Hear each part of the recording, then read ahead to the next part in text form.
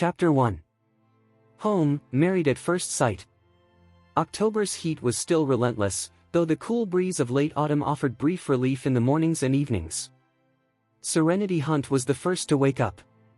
She quietly prepared breakfast for her sister's family of 3, then carefully gathered her birth certificate and slipped out without anyone noticing. "From now on, we're going Dutch on everything, living expenses, the mortgage, and car loans. Your sister should contribute since she's living with us. Sure, she pays $2,000 a month, but that barely covers anything. It feels like she's just mooching off us." Serenity had overheard her brother-in-law's heated words during an argument the previous night. At that moment, everything became clear: she had to move out of her sister's house. However, the only way to put her sister's worries to rest was to get married. With the intention of marrying on short notice and no experience with romantic relationships, Serenity chose to accept Grandma May's proposal. By sheer coincidence, she had once saved the elderly woman's life, and Grandma May was now determined to marry off her grandson, Zachary York, a man whose personal life was anything but settled. 20 minutes later, Serenity arrived at City Hall. "Serenity!" A familiar voice called out just as she stepped out of her car. It was Grandma May. Grandma May. As Serenity hurried over, she noticed a tall, aloof-looking man standing beside the old woman. This must be Zachary, her soon-to-be husband. When she got closer, Serenity was momentarily stunned by his appearance. Grandma May had described him as unlucky in love despite being 30 years old, so Serenity had subconsciously imagined him as plain-looking. After all, she knew he held a decent corporate job. But seeing him in person shattered her assumptions. Meeting him face-to-face, Serenity realized she had misjudged him entirely. Zachary was strikingly handsome, with an air of cold detachment that made him seem distant and unapproachable. Standing beside Grandma May, who wore a perpetually sour expression, he radiated a clear warning: stay away. Her gaze shifted to a black MPV parked nearby. After recognizing the brand as a national model rather than a luxury vehicle, Serenity concluded that the financial gap between herself and Zachary wasn't as large as she had originally assumed. Together with an old-school friend, Serenity had opened a bookshop right outside Wiltspoon School. In her spare time, she knitted small crafts and sold them online, a side hustle that turned out to be surprisingly profitable. Every month, she earned around $20,000. In Wiltspoon, that income placed her comfortably among white-collar workers.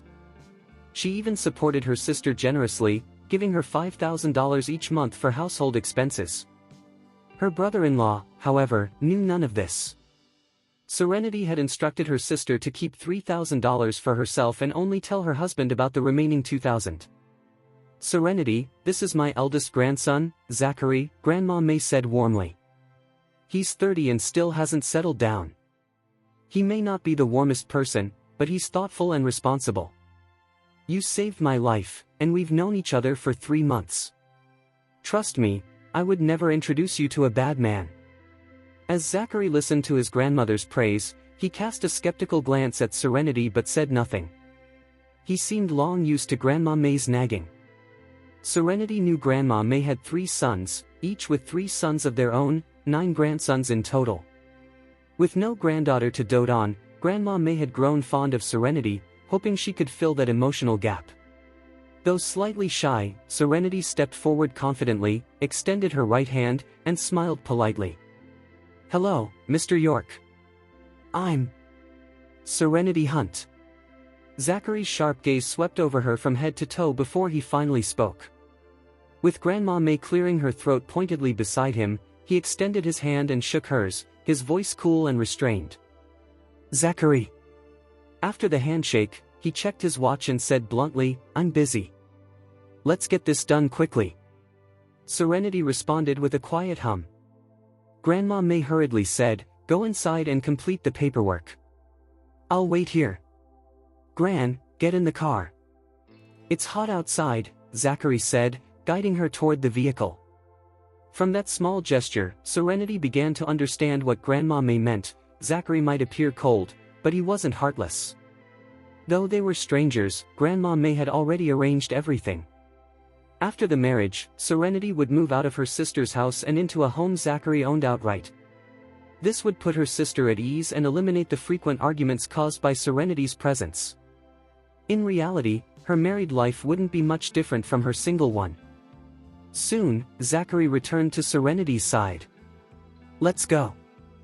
"Alright," Serenity replied softly as she followed him into City Hall.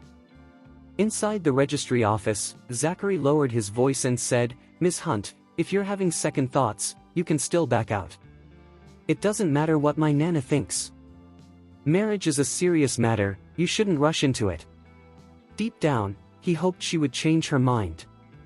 He had no desire to marry a woman he had just met. Chapter 2. Home, Married at First Sight. I won't back out on a promise.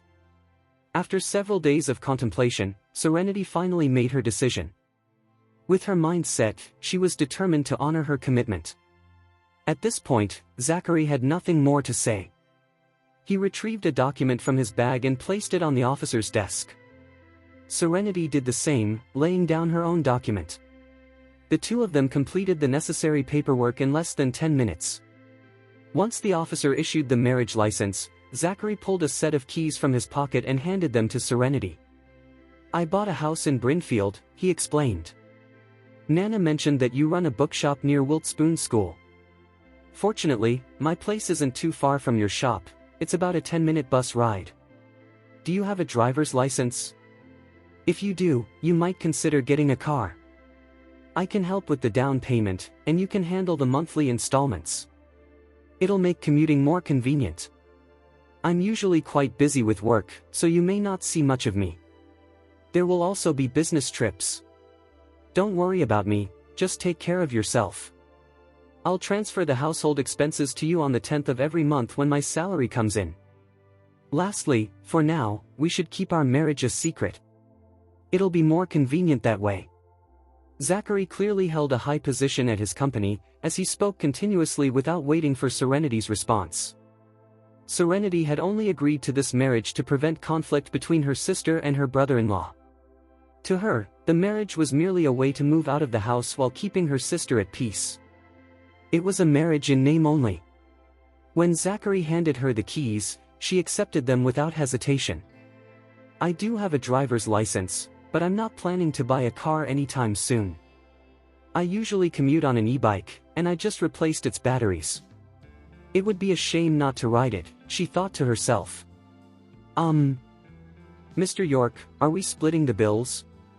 Serenity asked. Although her sister and brother-in-law had married for love, her brother-in-law had insisted on splitting expenses, as if he feared her sister might take advantage of him. Raising a child, grocery shopping, cooking, and handling household chores required an enormous amount of time and effort. A man who had never taken on such responsibilities might mistakenly think that staying home with a child was easy. Since Serenity and Zachary were complete strangers before signing the papers, she felt more comfortable suggesting they share expenses. Without hesitation, Zachary replied, a trace of sadness in his voice, "I can afford to support my wife and our small family. There's no need to split costs." Serenity smiled. "All right, then." She wasn't the kind of person who liked to take without giving. Anything needed for the household, Serenity planned to pay for herself. After all, she was already saving on rent. To Serenity, marriage was about mutual understanding, give and take, and peaceful coexistence. Zachary glanced at his watch. "I need to head back to work. You can take my car home or grab a cab. I'll reimburse the fare. I'm taking Nana to my brother's place. That reminds me, let's exchange numbers so we can contact each other easily," Serenity said. She saved his number in her phone. "I'll take a cab. Focus on your work." "All right. Call me if you need anything," Zachary replied. Before she left, he handed her $200 for the cab fare. Serenity initially refused, but quickly accepted when he frowned. Instead of leaving City Hall together as newlyweds, Zachary walked ahead and headed straight for his car. "Where's my granddaughter-in-law?" Grandma May asked, eyeing her grandson suspiciously. "You went in together. Why didn't you come out together?" Did you change your mind, or did Serenity? Fastening his seatbelt, Zachary pulled out the marriage license and handed it to her. We got married. I need to rush back for a meeting. I gave her $200 for a cab. Gran, I'll drop you at the next intersection. The bodyguard will take you home. You shouldn't just abandon Serenity like that, no matter how busy you are. Wait, don't drive off until she comes out. Take her home first. Grandma May insisted, trying to open the door, only to realize it was locked. Gran, I married her because you wanted me to, but you can't control everything I do, Zachary said firmly. I'm the one living with her. I'll observe her and judge her character myself. If she doesn't pass my test, I won't make this marriage official. Grandma May muttered, divorce is not an option in our family. That depends on whether she's a woman worth spending my life with, Zachary shot back as he started the car. You're unbelievable. What kind of husband drives away and leaves his bride right after the wedding? Grandma May fumed. She knew her eldest grandson had already made a huge concession by agreeing to marry Serenity. He was unwilling to compromise further. Pressuring him too much might only result in Serenity becoming a grass widow, the real victim in all this. Zachary let his grandmother vent. He would make Serenity happy if she proved herself worthy. But if she had deceived Grandma May and put on an act, he would walk away in 6 months. Meanwhile, Serenity sat in the cab, slowly adjusting to the reality that she was now married to a man who kept their marriage secret and had no intention of intimacy. After about 10 minutes on the road, Zachary stopped at an intersection where several luxury cars were parked, including a Rolls-Royce. He pulled over, stepped out, and tossed the keys to a bodyguard. Take the old missus home. I'm not going back. I want to stay with you and spend time with my new granddaughter-in-law. Grandma May protested. Ignoring her complaints, Zachary got into the Rolls-Royce and drove off, leaving her staring after him helplessly. Zachary was a powerful figure in Wiltspun's business world, the heir to the richest family in the city, with a net worth exceeding $100 billion. Ruthless bastard. Grandma May cursed bitterly. Just wait until karma hits you when you fall for Serenity. Nothing she said could bring him back. By the time she called Serenity, the young woman was already on her way home. Serenity, Zach is extremely busy with work. Don't take it to heart, Grandma May said gently. Feeling the marriage license crumpled in her pocket, Serenity replied, I understand, Grandma May. I'm really not upset. He even paid for my cab. I'm already heading home. Now that you're married to Zach, are you still calling me Grandma May? Serenity paused, then smiled. Grandma. The old lady beamed with joy. We're family now. If Zach ever gives you trouble, tell me. I'll always have your back. It took Serenity a long moment to fully grasp that she was no longer an outsider, she was now part of the family. Grandma May had waited too long for her grandson to marry. There was no way she would allow him to mistreat Serenity. Chapter 3. Home, married at first sight. I will, Nana, Serenity replied casually. Although Grandma May treated her kindly, Serenity knew that Zachary was her blood relative, while she herself was only connected to the family through marriage. If a conflict ever arose between her and Zachary, Serenity didn't believe the York family would side with her. That thought reminded her of her sister's experience with her in-laws. Before her sister got married, her in-laws had treated her exceptionally well, so well that even their biological daughter had felt jealous. However, everything changed after the wedding. Whenever her sister had an argument with her husband, her mother-in-law would immediately blame her for not being a good wife. In the end, the son always remained firmly within the family, while the daughter-in-law was treated like an outsider. I know you're heading to work, so I won't keep you, Grandma May said. I'll have Zach pick you up later so we can have dinner together. Nana, I'll be closing the shop quite late tonight. I'm not sure I can make it. Can we do it this weekend instead? Serenity replied. The bookshop was much quieter on weekends since the school was closed and most of the customers were students. That would give her more time without worrying about business.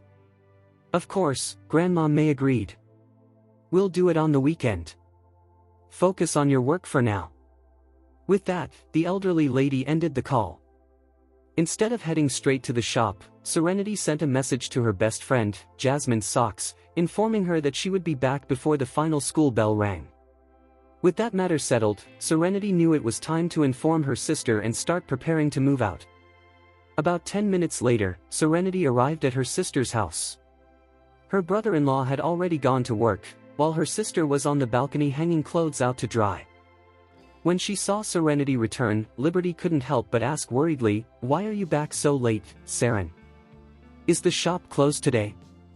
"I'm planning to go when it gets busy in the afternoon," Serenity replied. "Is Sunny awake yet?" Sunny, Serenity's young nephew, was currently in the middle of his terrible twos. "Not yet. It's too quiet for him to be awake," Liberty answered, sounding relieved. As Serenity helped with the laundry, she brought up the argument from the previous night. "Seren, your brother-in-law isn't trying to chase you out," Liberty said, trying to explain on her husband's behalf. "He's just under a lot of stress. It's not like I'm working." Despite Liberty's words, Serenity remained reserved.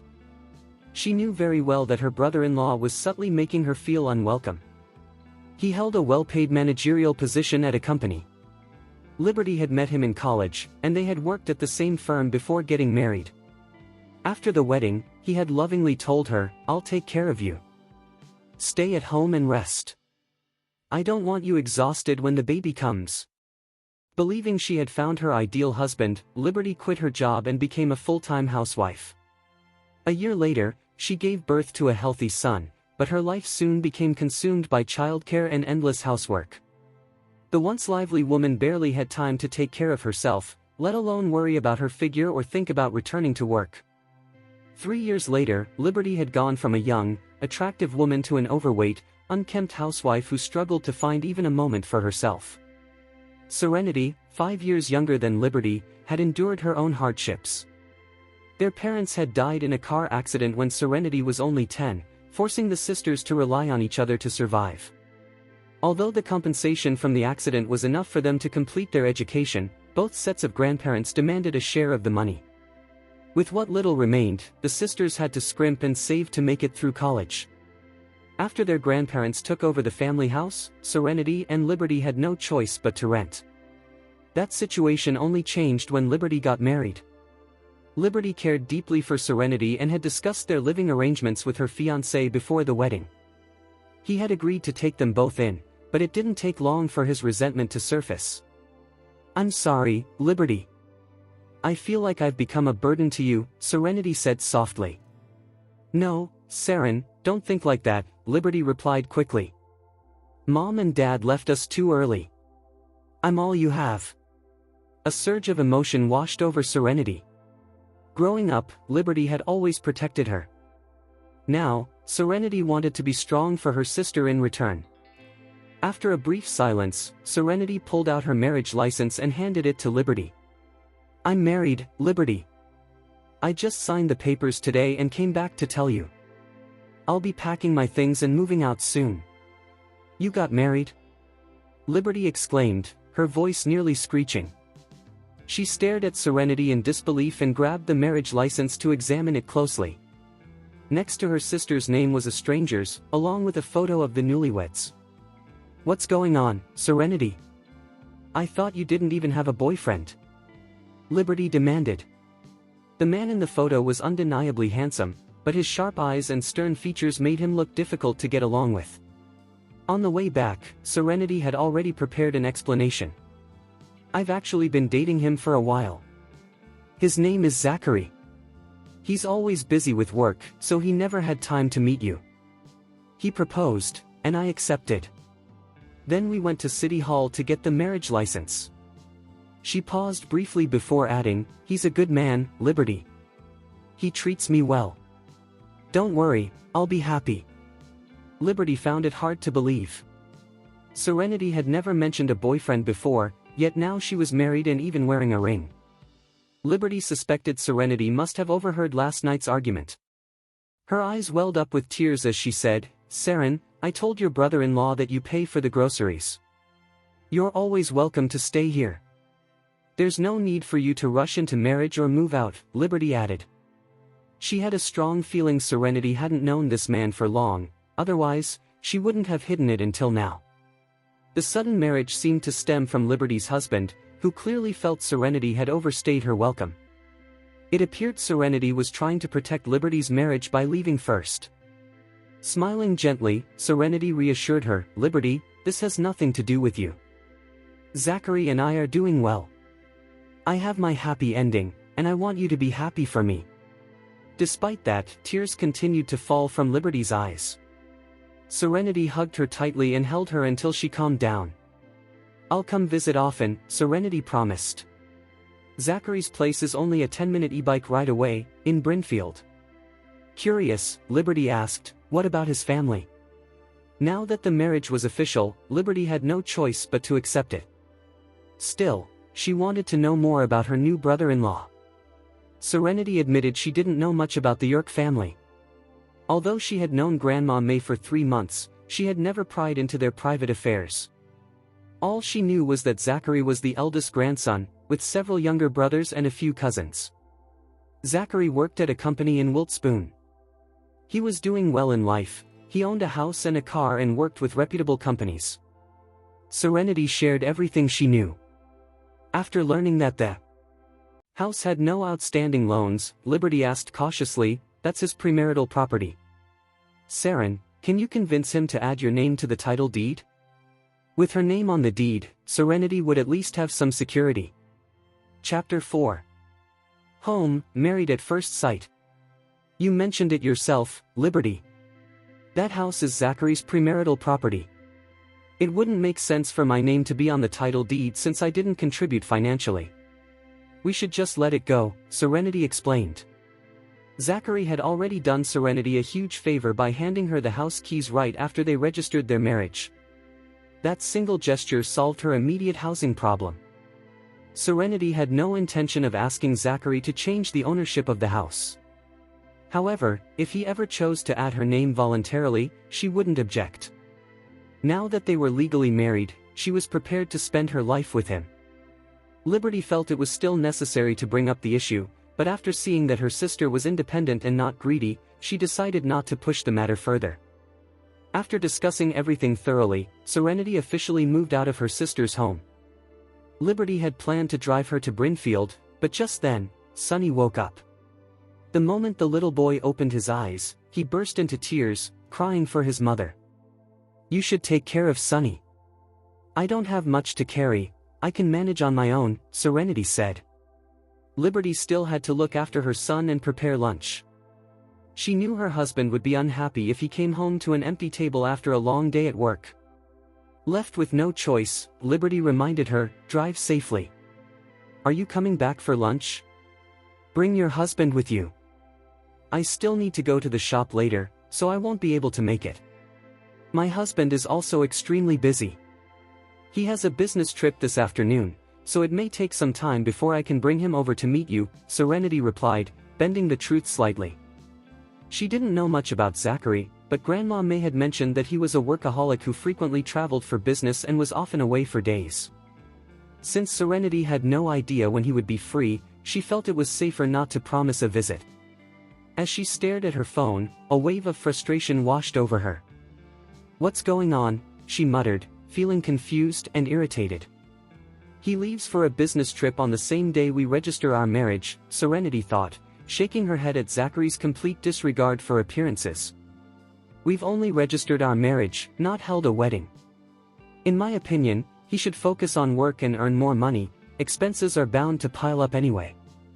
I really should get going, Liberty. It's time to feed Sonny," Serenity said, waving goodbye before dragging her suitcase down the stairs. Although Serenity had heard of Brinfield, she had never been there before. After hailing a cab, she headed straight there. Only upon arriving did she realize she had forgotten to ask Zachary which floor his apartment was on. She immediately took out her phone and debated whether to call him. Knowing he was probably busy at work, she decided to message him on WhatsApp instead. At the same time, Zachary was in a meeting. Everyone in the conference room had their phones on silent, personal calls were strictly forbidden. He had muted his phone as well. When it lit up with an incoming call, he glanced at it and dismissed it without hesitation. He hadn't saved her number after their brief interaction at City Hall. Seeing a contact named Mermaid in the deep blue sea did nothing to catch his attention. Without a second thought, Zachary blacklisted the number, completely unaware of what he had just done. Meanwhile, Serenity was still trying to reach him. As her messages failed to go through, anxiety crept in. She sent another text. "Mr. York, I'm at Brinfield, but I don't know which floor your apartment is on." The message failed to deliver. She stared blankly at the screen. "Why can't I get through? We exchanged numbers at City Hall. Did I save it wrong?" she wondered, a knot tightening in her chest. Murmuring to herself, Serenity searched her memory again and again. Finally, a realization struck her: Zachary might have blacklisted her. Had he already forgotten they had just registered their marriage? Honestly, if Serenity had stayed at her sister's house, she probably wouldn't last 2 days before completely forgetting about her husband either. After a moment of hesitation, Serenity decided to call Grandma May. "Nana, I've moved out of my sister's place and I'm at Brinfield now, but I don't know which floor Zachary's apartment is on. Do you know?" she asked. Grandma May fell silent for a moment. "Wait a second, Serenity. I'll call Zach right now," she said. The truth was, Grandma May wasn't entirely sure either. Zachary had recently bought both a house and a car as part of his evaluation of Serenity. Grandma May only found out that he purchased a property in Brinfield after the couple registered their marriage. She immediately hung up and called Zachary. At that moment, Zachary had just blacklisted his wife's number and returned his attention to the meeting. Less than 3 minutes later, his phone rang again. This time, it was Nana. He answered. "I'm in a meeting, Nana," he said calmly. "If it's not urgent, it can wait." "Zach, what's the unit number of the apartment you bought in Brinfield? Serenity is already there but doesn't know where to go. Don't you have her number?" "You should tell her," Grandma May said urgently. Zachary paused, his eyebrow lifting slightly. Only then did he remember, today, he had married a woman he barely knew. Nana seemed to value her greatly. Her name was Serenity. And just minutes ago, he had blacklisted her number. "Nana, tell her it's apartment 808, 8th floor, Block B," Grandma May said briskly. "All right. I'll pass it on to her. You continue with your meeting," she added before hanging up and relaying the information to Serenity. Zachary stared at his phone for a moment. Then he removed Serenity's number from the blacklist, saved her contact, and sent her a message. "Sorry. I didn't realize it was you earlier." Serenity wasn't offended.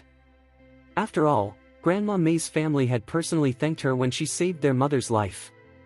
By the time the grandchildren arrived at the hospital, Serenity had already left, so it wasn't surprising that Zachary couldn't remember her. Even though Grandma May had mentioned Serenity several times, Zachary had never paid much attention and struggled to recall her name. Serenity replied quickly, "It's fine. Just focus on your work. I'm carrying my things upstairs now. Do you need help?" Zachary asked. "I only have one suitcase. I can manage. Besides, would you really come back to help even if I said yes?" she replied. Zachary answered honestly, "No." His schedule was packed, and he truly had no time to help. Serenity sent a cry-laughing emoji and stopped replying. She didn't want to disturb him further. Zachary also put his phone away. There was nothing more to say, they barely knew each other. What he wanted was a quiet, obedient wife who wouldn't distract him with trivial matters or demand emotional involvement. As he set his phone down, Zachary lifted his head and realized that everyone in the meeting room was staring at him. Chapter 5. Home, married at first sight. With determination in his eyes, Zachary said, "Let's get back to the meeting." Closest to Zachary was his cousin Callum, the second oldest among the cousins in his age group. Leaning closer, Callum whispered, "Zach, I couldn't help overhearing your chat with Nana. Did you really marry that servant girl?" Zachary shot him a disapproving look. Callum scratched his nose, straightened up, and wisely dropped the subject. Even so, Callum felt nothing but sympathy for Zachary. The York family had no need to secure their social or financial standing through marriage, yet Zach and his new wife were clearly a mismatch. Poor Zach had only tied the knot because Nana had taken a liking to her. Once again, Callum silently expressed his condolences for Zachary. Thankfully, Callum wasn't the eldest in the family. Otherwise, he would have been the one forced to marry Nana's chosen companion. Meanwhile, Serenity was completely unaware of the undercurrents within the York family. She had received the address of her new residence and was dragging her suitcase toward what would now be her home. After unlocking the door, she stepped into a spacious house, far larger and more luxuriously decorated than her sister's place. Setting her suitcase down, Serenity began exploring. This was her home now. The house had 2 living rooms, 4 bedrooms, a kitchen, 2 bathrooms, and 2 balconies. Everything was generously sized. Serenity estimated the total area to be at least 2,000 square feet. Although the house wasn't fully furnished, the living room had a sofa set, a coffee table, and a wine chiller. 2 of the 4 bedrooms were furnished with beds and wardrobes, while the remaining 2 were empty. The master bedroom came with an ensuite setup, including a walk-in closet, a study, and a private bathroom. Despite the partitions, the space still felt exceptionally large. In theory, it sounds perfect, Jasmine said over the phone, but when it comes to reality, it's always a different story. Serenity nodded in agreement, remembering the tense scenes she had witnessed earlier. Anyway, I found a place, she said, forcing a cheerful tone. It has a nice living hall and a bright bedroom. I think I'll really like it. Jasmine's eyes sparkled with curiosity. Seriously? Tell me everything. What's it like? There's a balcony that gets plenty of sunlight, especially in the bedroom. It feels warm and cozy. I'm already imagining adding some plants and maybe even a swing. Just thinking about sitting there and reading makes me happy. That does sound great. But what about Zachary? How does he feel about you moving in? He doesn't seem to come home much, especially for dinner. That's why I thought I should start cooking. I ordered some kitchen utensils online. When he gets back from work, I plan to talk to him about adding furniture and maybe some plants to the balcony. After all, it's his house. I'm just staying there for now. Jasmine raised an eyebrow, sensing her hesitation. Are you sure about this? Living together can change a lot. Serenity sighed. I know. But until he actually asks me to play the role of a real wife, I'll take things slow. For now, I just want the place to feel livable. They continued chatting as more customers entered the shop, laughter and warmth filling the busy space. Let's be honest, Jasmine said bluntly. Women are always the ones being judged and blamed. After marriage, we're expected to put family above everything else, smile through misunderstandings, and swallow our grievances. It's unfair. Your sister really needs to get a job. Women must stay financially independent if we want any say in our own homes. Mid-sentence, Jasmine suddenly frowned and stared at Serenity. Wait. I can't believe your sister actually let you move out. I got married, Serenity replied calmly. What? Jasmine froze. You got married? But you don't even have a boyfriend. Who the hell did you marry? Her absent-minded nodding vanished, replaced by sheer shock as she gaped at Serenity, her voice shooting up an octave. Knowing there was no way to hide it anymore, Serenity told Jasmine everything from start to finish. Jasmine glared at her for a long moment, then poked her forehead. I honestly don't understand how you found the guts to marry a man you met once. You could have stayed with me. I have spare rooms. If you were really desperate to get married, you could have even considered my cousin.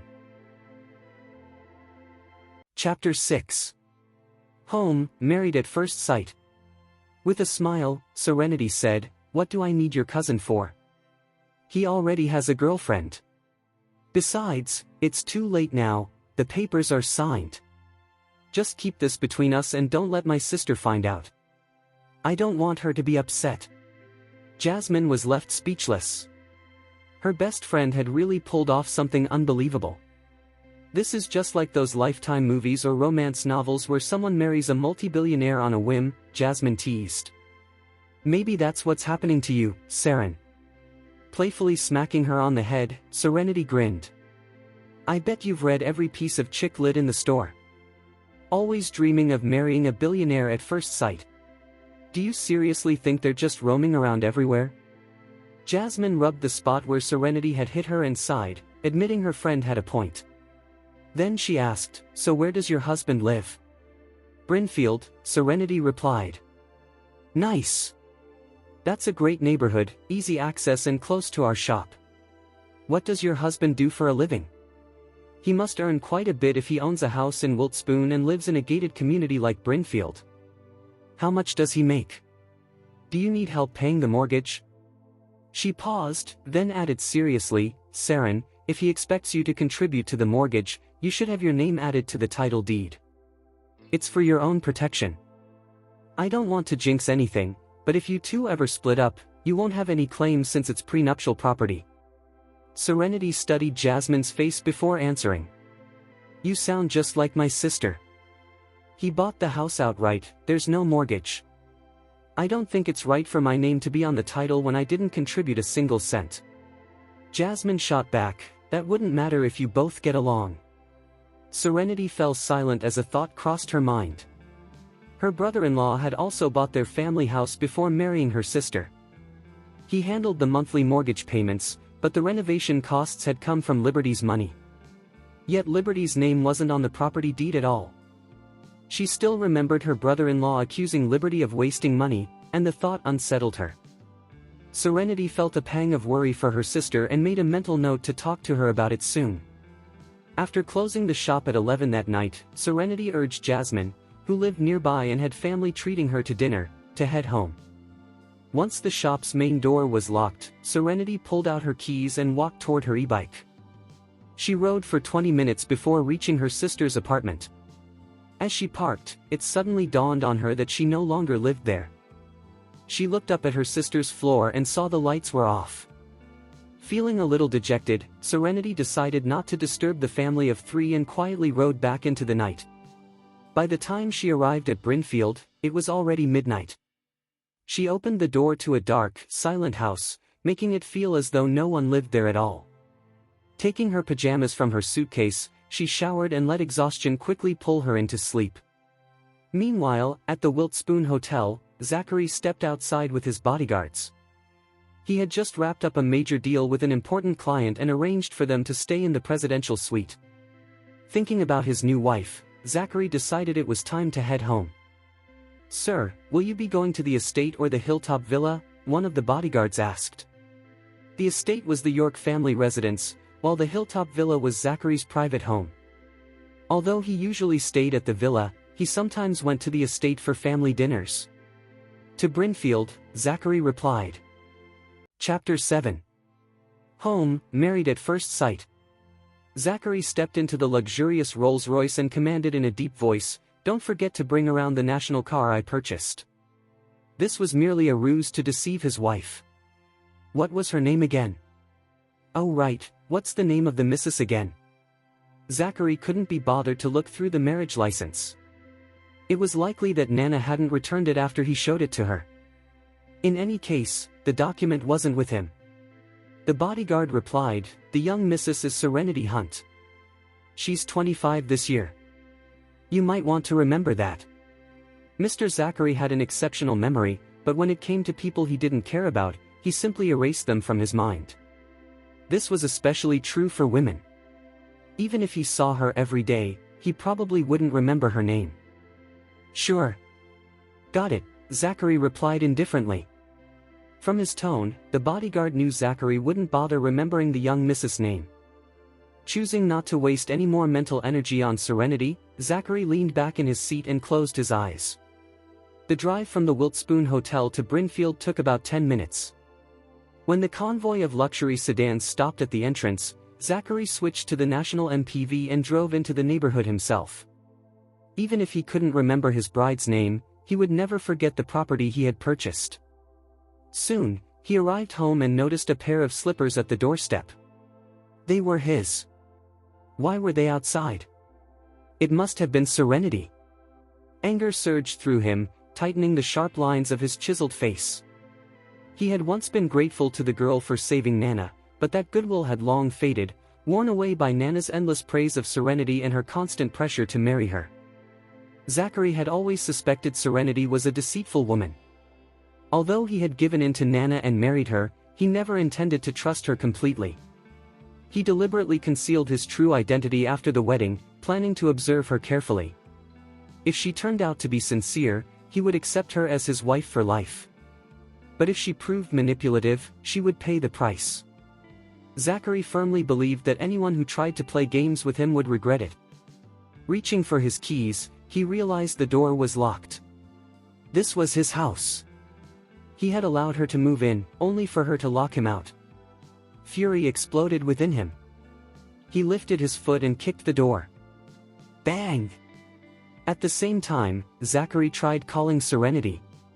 After the earlier incident, he had saved her number and even added a note indicating she was his wife. He wasn't going to delete it again. The loud bang jolted Serenity awake. Who would knock on the door at this hour? Sleep vanished instantly. She was already cranky in the mornings, and being woken up in the middle of the night made her even worse. Throwing off the covers, she rushed out in her pajamas, unaware that Zachary had tried to call her. Who is it? Why are you banging on my door when you should be sleeping? She shouted as she flung the door open. The moment she saw the man standing outside, her words froze. She stared at Zachary for a second, then quickly composed herself and forced a smile. Oh, it's you, Mr. York. Zachary's anger spiked even further at her clueless reaction. She didn't even pick up his call. Ignoring her, Zachary brushed past her with a dark expression and strode into the house. Behind his back, Serenity stuck out her tongue in quiet defiance. This was the reality of a marriage born at first sight. She peeked outside briefly. Thankfully, the neighbors didn't seem disturbed by the loud noise. Noticing the slippers at the door, Serenity bent down to bring them inside before locking the door again. I got home around midnight, she explained. Since you weren't back, I assumed you wouldn't be returning and locked the door. I was alone, so I thought it'd be safer to leave your slippers outside. If anyone sees men's slippers, they'll assume there's a man in the house and won't dare try anything. Serenity wasn't afraid of burglars, she knew self-defense, but extra precautions never hurt. Zachary sat on the sofa and fixed her with a cold, piercing stare, as chilling as an October night. Serenity felt a shiver crawl up her spine. I'm sorry, Mr. York, she said, placing his slippers neatly in front of him. She regretted not calling to ask whether he was coming home. After a long silence, Zachary finally spoke, his voice icy. I told you not to worry about me. But this is my house. I don't like being locked out. I'm really sorry, Serenity said quickly. Next time, I'll call to confirm whether you're coming home. I won't lock the door if you are. After a brief pause, Zachary said, I'll inform you when I go on business trips. I'll be home every day unless I... Then he cut her off sharply. Don't call me. I'm a busy man. I don't have time for your constant calls. Oh, Serenity replied softly. Whatever he said after that barely registered. This was his territory. He was the one in control. Mr. York, would you like some supper? Serenity asked gently. Knowing he often worked late, she assumed he might be hungry. Her concern was sincere. I don't eat midnight snacks, Zachary replied flatly. It's bad for my health. Chapter 8. Home, married at first sight. Zachary was meticulous about maintaining his physique and refused to let himself gain weight. After all, shedding excess pounds was no easy task. You're looking fit, Mr. York, Serenity remarked with a smile. So, should I go back to sleep? He asked. Sure, Serenity replied. Good night, he said. Good night, Serenity answered, turning to leave. Wait a moment, say. Serenity, Zachary called out. She stopped and turned back. Yes. Looking at her seriously, Zachary said, "Please don't walk around in your pajamas next time."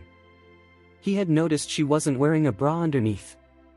Although they were legally married, he didn't want other men seeing her like that. Serenity's face instantly flushed. She hurried back to her room and slammed the door shut. Zachary stood there speechless. She had embarrassed herself before he even had time to feel awkward. After collecting himself, Zachary went to the master bedroom. He had purchased the furnished house on impulse, and it was already prepared for immediate occupancy. However, because the move had been rushed, the bedroom was still slightly messy. He was mildly surprised that Serenity had taken the hint instead of insisting on sharing the same room. At least she wasn't forcing him to perform his so-called marital obligations. The rest of the night passed quietly. The next morning, Serenity woke up at 6 o'clock, as she always did. Back when she lived with her sister, she would immediately prepare breakfast and clean the house after waking up. If time permitted, she would also help hang laundry. Over the years, Serenity had unconsciously assumed the role of a caretaker. She had stayed at Liberty's home mainly to reduce her sister's burden, but her brother-in-law had taken advantage of her kindness and treated her like a nanny, barking orders at her. That morning, Serenity opened her eyes and looked around the unfamiliar bedroom. Memories flooded back, and she murmured, "I must be half asleep to think I'm still at my sister's place. This is my home. I don't need to get up so early." She rolled over and tried to go back to sleep. Unfortunately, her body clock refused to cooperate. No matter how hard she tried, sleep wouldn't come. In the end, hunger forced her out of bed. After changing her clothes and washing up, Serenity stepped out and glanced at Zachary's bedroom door. It was quiet. He was probably still asleep after coming home late. She walked into the kitchen, only to find it empty and spotless. After standing there for a moment, she turned around. The kitchenware she had ordered online hadn't arrived yet. If she'd known this would happen, she would have bought everything directly from a store. Remembering a breakfast shop she had seen nearby the previous day, Serenity decided to buy takeout.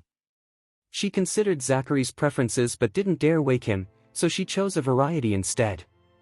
She bought omelets, bacon, sausages, pancakes, and toast, common Wiltspoon breakfast staples.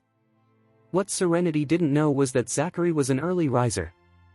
Despite returning late, he woke up just after she left. Unaccustomed to having a woman in the house, he completely forgot about her. He stepped out of his room bare-chested to get a glass of water. At that exact moment, Serenity pushed the door open. Their eyes met. Before Serenity could react, Zachary crossed his arms over his chest and rushed back into his room, mirroring Serenity's behavior from the night before. Serenity froze for a second, then burst out laughing. "What's so special about a man's chest?" she muttered to herself, amused. "It's just abs." He actually ran away. That was hilarious. After a while, Zachary emerged again, fully dressed in a suit. His expression was stiff, but he couldn't exactly blame Serenity. After all, it was his fault for forgetting that a strange woman, his wife in name, now lived with him. Normally, Zachary stayed alone in his villa. As long as he remained on the second floor, the maids wouldn't disturb him. Sometimes, he even walked around shirtless without a care. Today just happened to be one of those days, and the clever woman had seen everything. "Mr. York," Serenity called out cheerfully, "breakfast is ready. Come eat." She arranged the food neatly on the dining table and gestured for him to sit. Zachary hesitated briefly, then walked over. After scanning the spread, he said bluntly, "Don't you know how to cook?" "I do," Serenity replied confidently. "I'm actually very good at it." "Food from street vendors isn't very hygienic," Zachary said coolly. "You should avoid it. Since you can cook, you should prepare meals at home.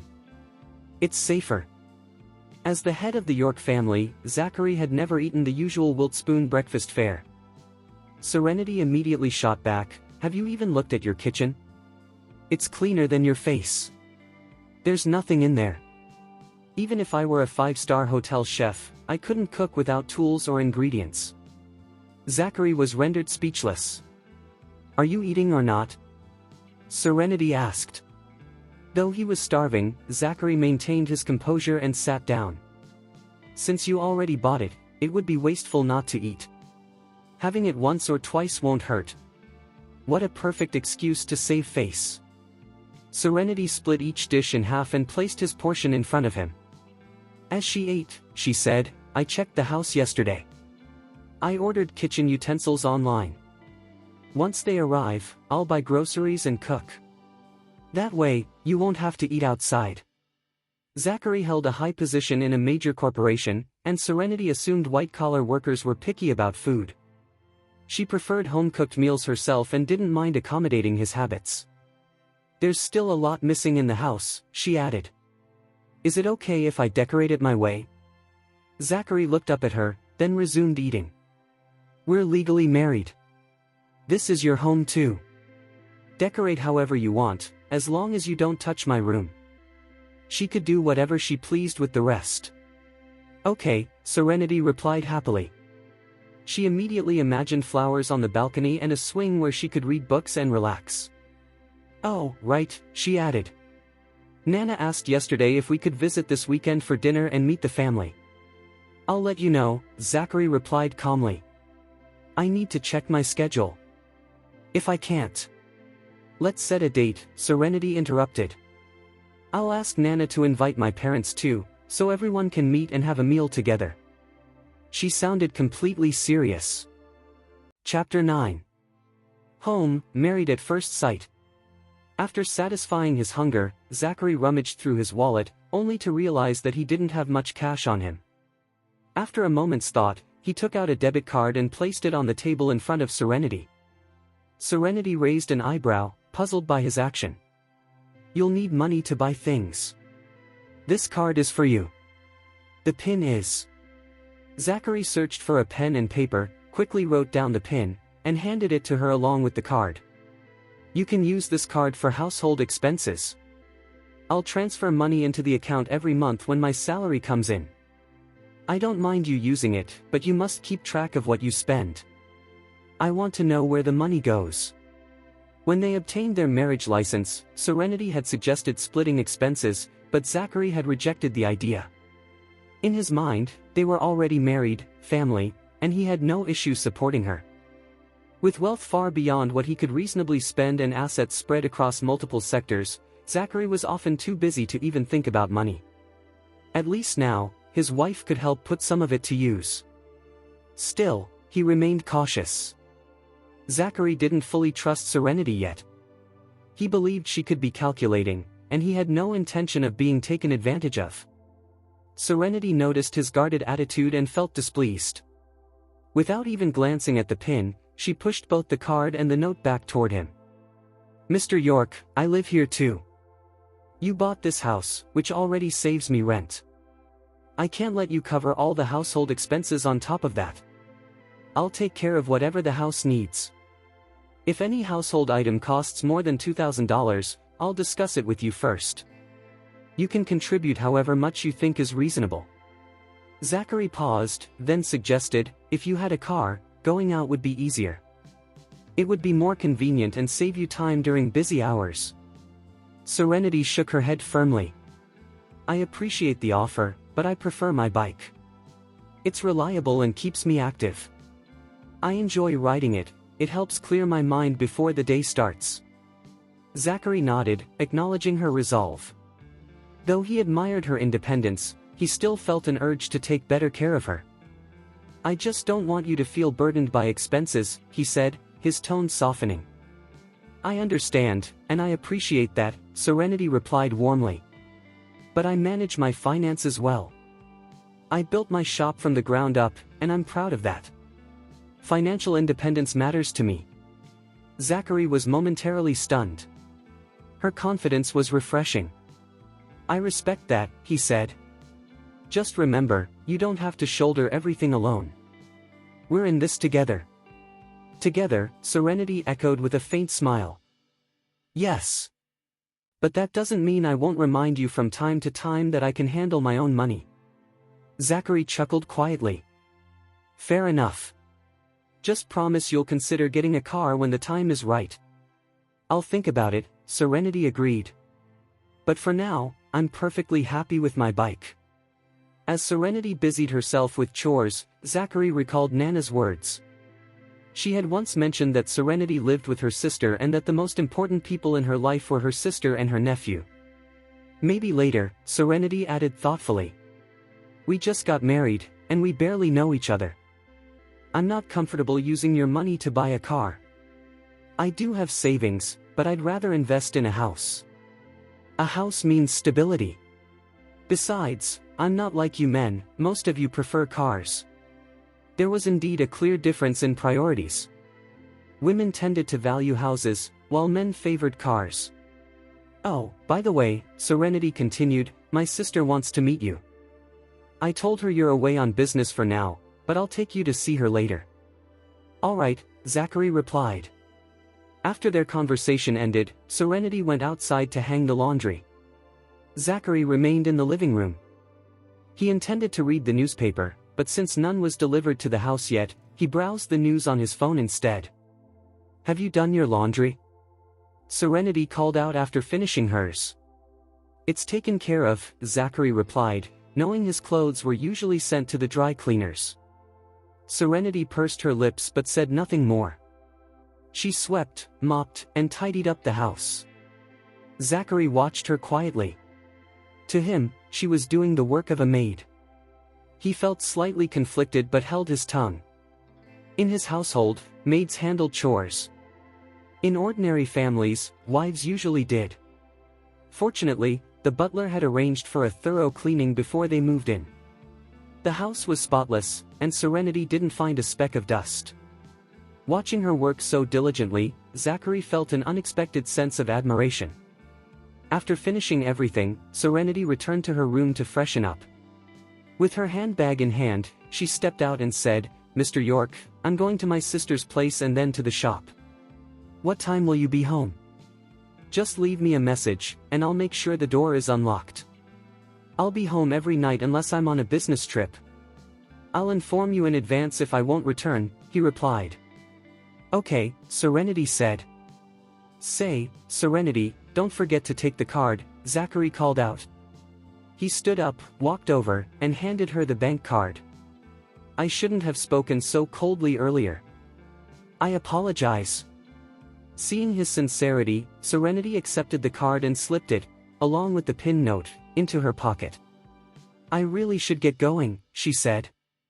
All right, he replied. Zachary watched her leave. After the door closed, he let out a long breath. It was clear he still hadn't fully adapted to being a husband. Returning to the sofa, he picked up his phone and called the family butler. When Sam answered, Zachary lowered his voice. Sam, once the old missus wakes up, ask her to gather the family for dinner at Brinfield. She'll understand what it's about. Chapter 10.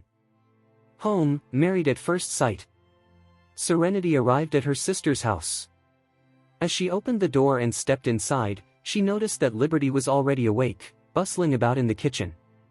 Liberty. Seren, you made it. Liberty emerged from the kitchen, a smile lighting up her face at the sight of her younger sister. Have you eaten yet? I'm preparing a pot of pasta. Would you like a plate? I'm fine, thanks. I already had breakfast. Have you started cooking yet? If not, there's no need, I brought breakfast for you and Sonny. Not yet. Sonny had a fever last night, so I barely slept. I ended up waking late. Your brother-in-law had to grab breakfast from the shop and wasn't happy about it. He blamed me for doing nothing all day, saying I could have made him breakfast instead of just taking care of our sick child. Liberty's expression revealed her hurt feelings. Serenity felt a surge of anger on her sister's behalf. What caused Sonny's fever? You really should take him to the doctor later, even if he seems fine now, just to be safe. I can't believe your husband didn't even help you and yelled at you while your child was unwell. Is he still insisting on going Dutch since I moved out, Liberty? Liberty sank into the sofa, unwrapping the food Serenity had brought. As she started to eat, she replied, "I'll take Sunny to the doctor later. He's still adamant about splitting expenses. He keeps saying I just spend money and don't contribute to the household. He claims I have no idea about the pressures he faces and that, as part of the family, I should help with the costs. I bet his sister had a hand in that. Ever since she got married, she can't stop meddling in our lives. My husband used to treat me well, but she's completely spoiled that." Before resigning from her job, Liberty had climbed the corporate ladder to become the financial chief, earning a very good salary. Liberty made many sacrifices for love and marriage, only to face hostility from her in-laws in return. She dedicated her finances solely to their home, while her clothing purchases were made with money gifted to her by her sister, Serenity. Shopping trips were infrequent, and she rarely bought cosmetics compared to new outfits. Despite this, whenever Liberty treated herself to new clothes or cosmetics, her in-laws created a scene over her spending. Even when Liberty clarified that she used Serenity's money, they insisted it was a shared asset with her husband, implying she had no right to use it for personal benefit. "Liberty, why don't you consider enrolling Sunny in kindergarten? You could jumpstart your career and potentially earn just as much, if not more than your husband," Serenity suggested, feeling empathy for her sister. While Serenity had lived with Liberty and her family, she had taken on all the household chores to lighten her sister's load. Now that she had moved out, Liberty found herself overwhelmed with responsibilities. "Your brother-in-law suggested waiting until Sunny is 3 or 4 before enrolling him in kindergarten," Liberty responded, expressing her desire to return to work. The family's financial burdens, including a car loan, mortgage, and elderly care, were becoming increasingly daunting. Serenity frowned, sensing that Liberty's husband was treating her poorly, and it seemed to be worsening. She felt compelled to ask, "Do you think your husband might be seeing someone else?" Taken aback, Liberty replied, "I don't think so. I know his income, he doesn't have extra money for a mistress. But your husband has been increasingly disrespectful toward you. You need to think about your future. Don't become a misunderstood stay-at-home mom without an income," Serenity warned. Liberty paused for a moment before replying, "We'll see. Don't worry about me, Seren. I'll be okay. How are you? When's your husband coming back? How long will he be away on his trip?" Liberty asked. "It might take some time. He's quite busy with his job at a major corporation," Serenity replied. Liberty then delved into a detailed inquiry about how Serenity was adjusting to life in her new home. Once reassured that her little sister was doing well, Liberty felt a wave of relief wash over her. Having spent some quality time with her nephew, Liberty encouraged Serenity to head back to the shop. As Serenity rode her e-bike toward the bookstore, her mind wandered to her sister's chaotic life. In her distraction, she lost focus on her surroundings and almost collided with a car. Panic surged through her as her fight-or-flight instincts kicked in, prompting her to swerve to avoid the vehicle while simultaneously hitting the brakes. The car came to a sudden stop as well. Serenity quickly glanced at the vehicle. It was a Rolls-Royce, a luxurious sedan. Behind it, there was a line of identical cars, likely the bodyguards of the occupant in the opulent sedan. In a bustling metropolis like Wiltspoon, luxury sedans were not uncommon. Serenity offered an apologetic gesture to the driver before starting her e-bike and speeding away. There was no way she was going to stick around to face any potential reprimand. Meanwhile, the driver turned to address the man dressed in black seated in the back. "Mr. Zachary, it's the missus." Zachary's expression shifted to one of concern as he observed Serenity nearly collide with his car. It was clear she had been distracted. Riding mindlessly on a busy street, was she trying to put herself in danger? Chapter 11. Home, married at first sight. Let's go. Despite the inner turmoil he felt toward Serenity, Zachary had no plans to express his feelings or take any action. On paper, Serenity was his wife, yet their relationship felt more like that of strangers. Feeling uneasy, the driver hesitated before starting the car. Unbeknownst to her, Serenity had come dangerously close to colliding with Zachary's vehicle. She zoomed off on her e-bike and arrived at the shop in no time.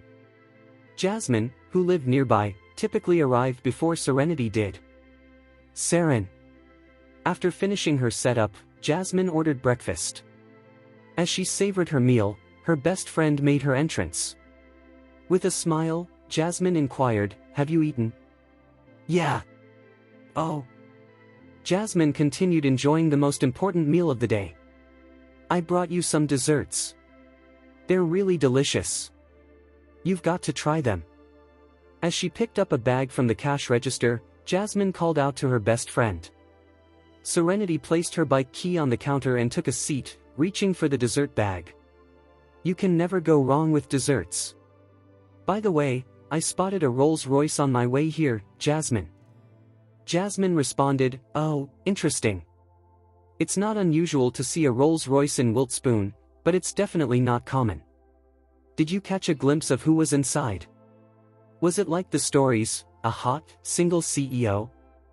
Serenity simply looked at Jasmine, speechless. Jasmine burst into laughter. "That's how it always is in the stories. Why do the young, attractive, and wealthy CEOs always seem to evade us? The plots are created to appeal to the audience. Who would buy a book about an average wage earner? The leading man is always someone from the elite class, even if he's not a CEO." Jasmine laughed again, finding the truth in Serenity's words. "Speaking of which, are you free tonight, Seren? You know I usually just stay home or work at the shop. Right? What's going on?" For Serenity, life was straightforward. Her days were filled with managing the shop and looking after her sister's son.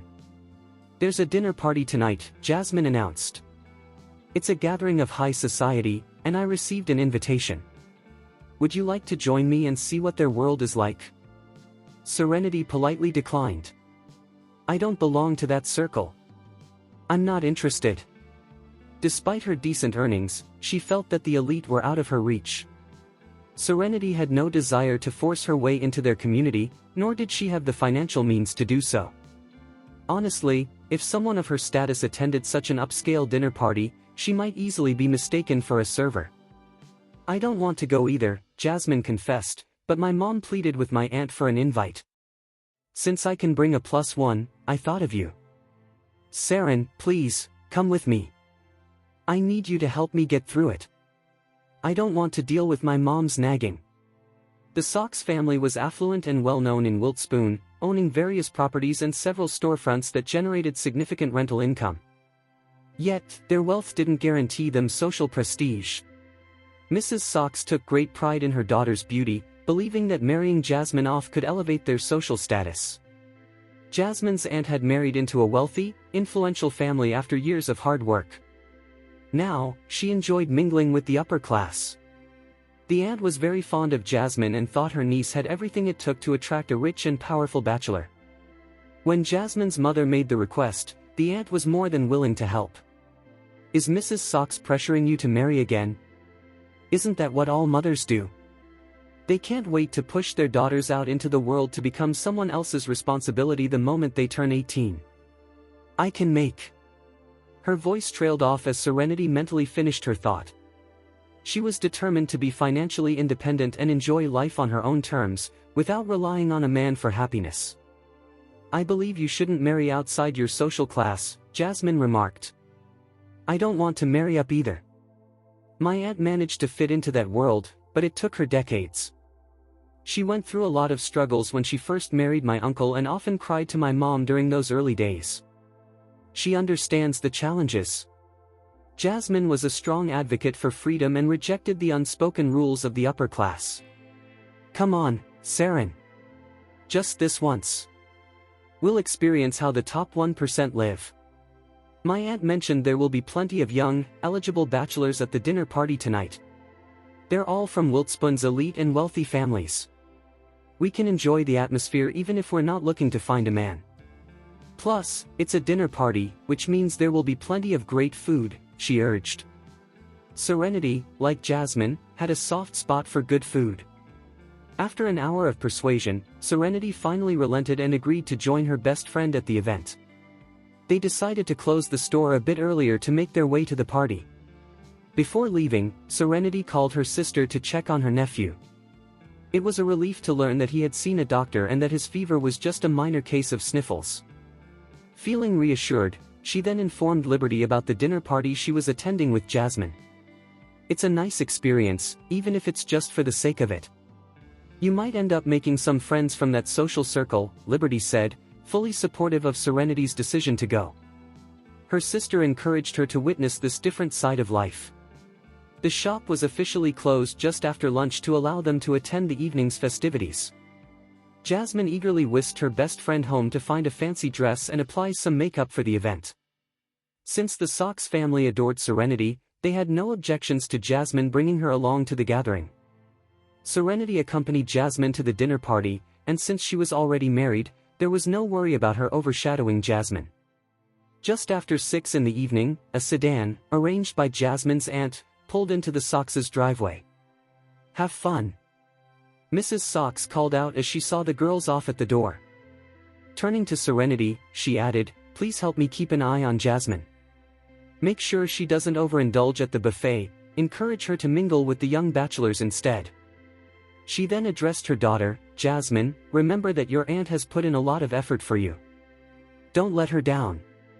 With a reassuring smile, Serenity responded, "Don't worry, Mrs. Sox. I'll make sure Jasmine doesn't just gravitate toward the buffet."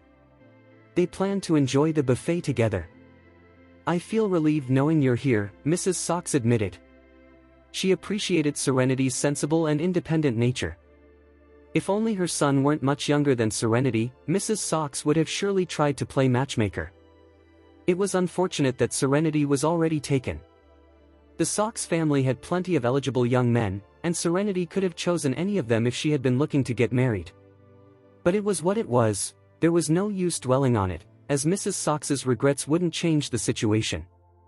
With Mrs. Sox urging them to hurry, Jasmine, adorned in glamorous makeup, a stunning white gown, and sparkling jewelry, playfully nudged her best friend into the sedan provided by her aunt. Since Serenity was married and attending as a +1, she opted for her usual attire and minimal makeup. Yet, her natural beauty radiated, even in her understated look. Chapter 12. Home, Married at First Sight. The dinner party took place at the prestigious Wiltspoon Hotel, a venue Serenity had never had the opportunity to visit before. The Wiltspoon Hotel was renowned as one of the finest establishments in the city.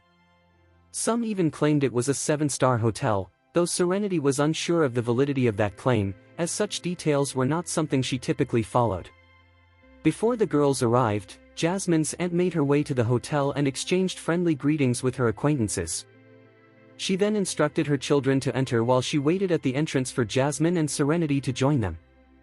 As the car she had arranged pulled up behind other vehicles, the aunt smiled, curling her lips in anticipation.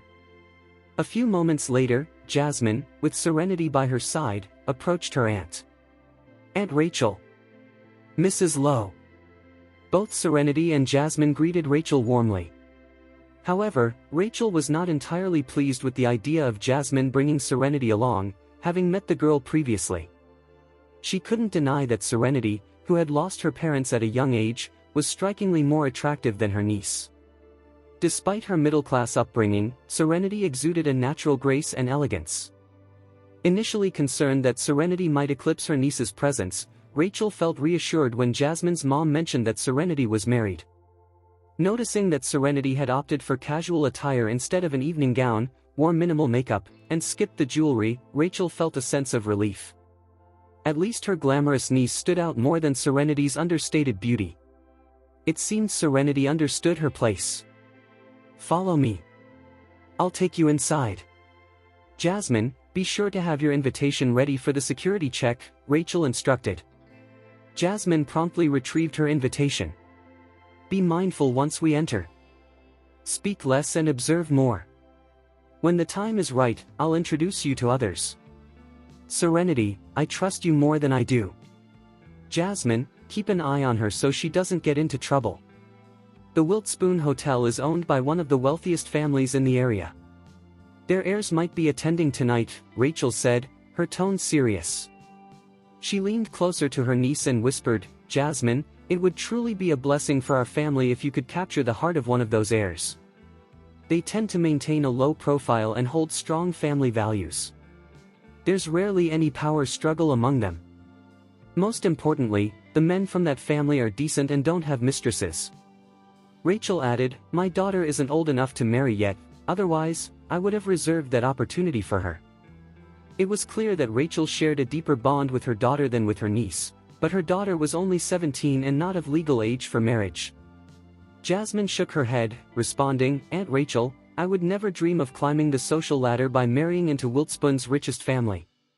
Her motivation for being there was simply the food.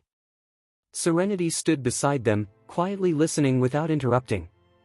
She was content to play a supporting role for now, her focus solely on the food, as she had heard that the chefs at the Wiltspoon Hotel were exceptional. "What's the last name of the richest family?" Jasmine asked, her curiosity piqued. Even though Jasmine wasn't typically one to daydream, she couldn't resist the urge to inquire further. "The Yorks," Rachel replied. "York? How interesting." Jasmine nudged her best friend, noting that Serenity's new husband shared the same last name. Serenity understood the implication but simply smiled without responding. Although her husband, Zachary, bore the surname York, he had no connection to the wealthy family beyond that. It wasn't uncommon for people to share the same name, after all.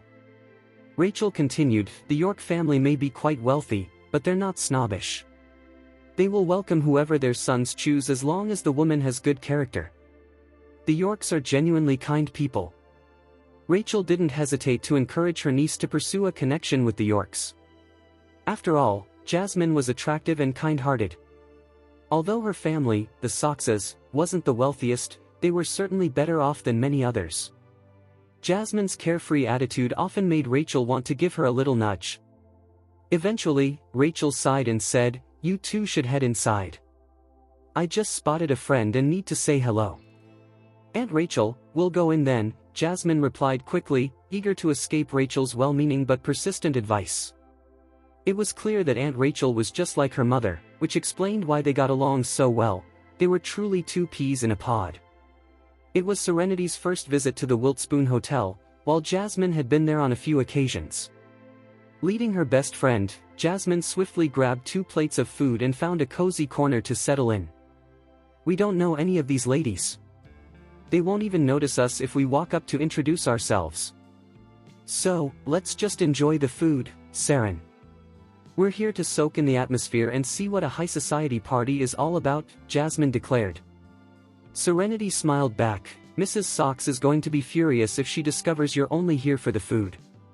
However, Serenity shared the same sentiment. With a carefree laugh, Jasmine responded, "Look at me. Who am I to catch the attention of any eligible bachelors? My aunt must be dreaming if she thinks any heirs would be interested in me. Do I look like Miss Universe or Miss World to you? The heirs would never think I'm a prize. Only my aunt thinks that. So, let's not waste time. Come on, let's dig in." The Wiltspoon Hotel is famous for its gourmet food. I've been to the hotel restaurant before, but the prices were always too steep for me to try anything. Tonight, I can finally indulge. Thanks to you, I get to enjoy the food as well, Serenity added, just as eager to savor the culinary delights. Like Jasmine, she was perfectly content to experience this evening without the pressure of fitting in with the elite. The entire situation was unfolding.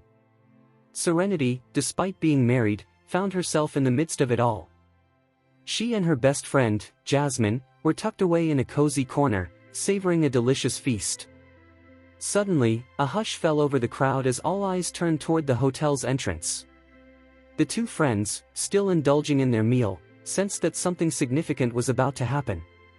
"Jasmine, why did everyone stop talking? They're all looking at the door. Who's coming in?" Serenity nudged her friend, curiosity evident in her voice. "I have no idea," Jasmine replied, standing up to get a better view. Serenity followed her lead, both of them rising on their tiptoes in an attempt to see past the throng of guests blocking their line of sight.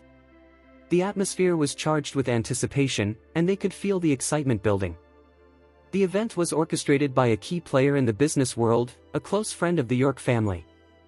Naturally, Zachary, the head of the York family, was expected to make an appearance at his family's hotel where the party was being held. After attending to some pressing matters, Zachary finally made his entrance.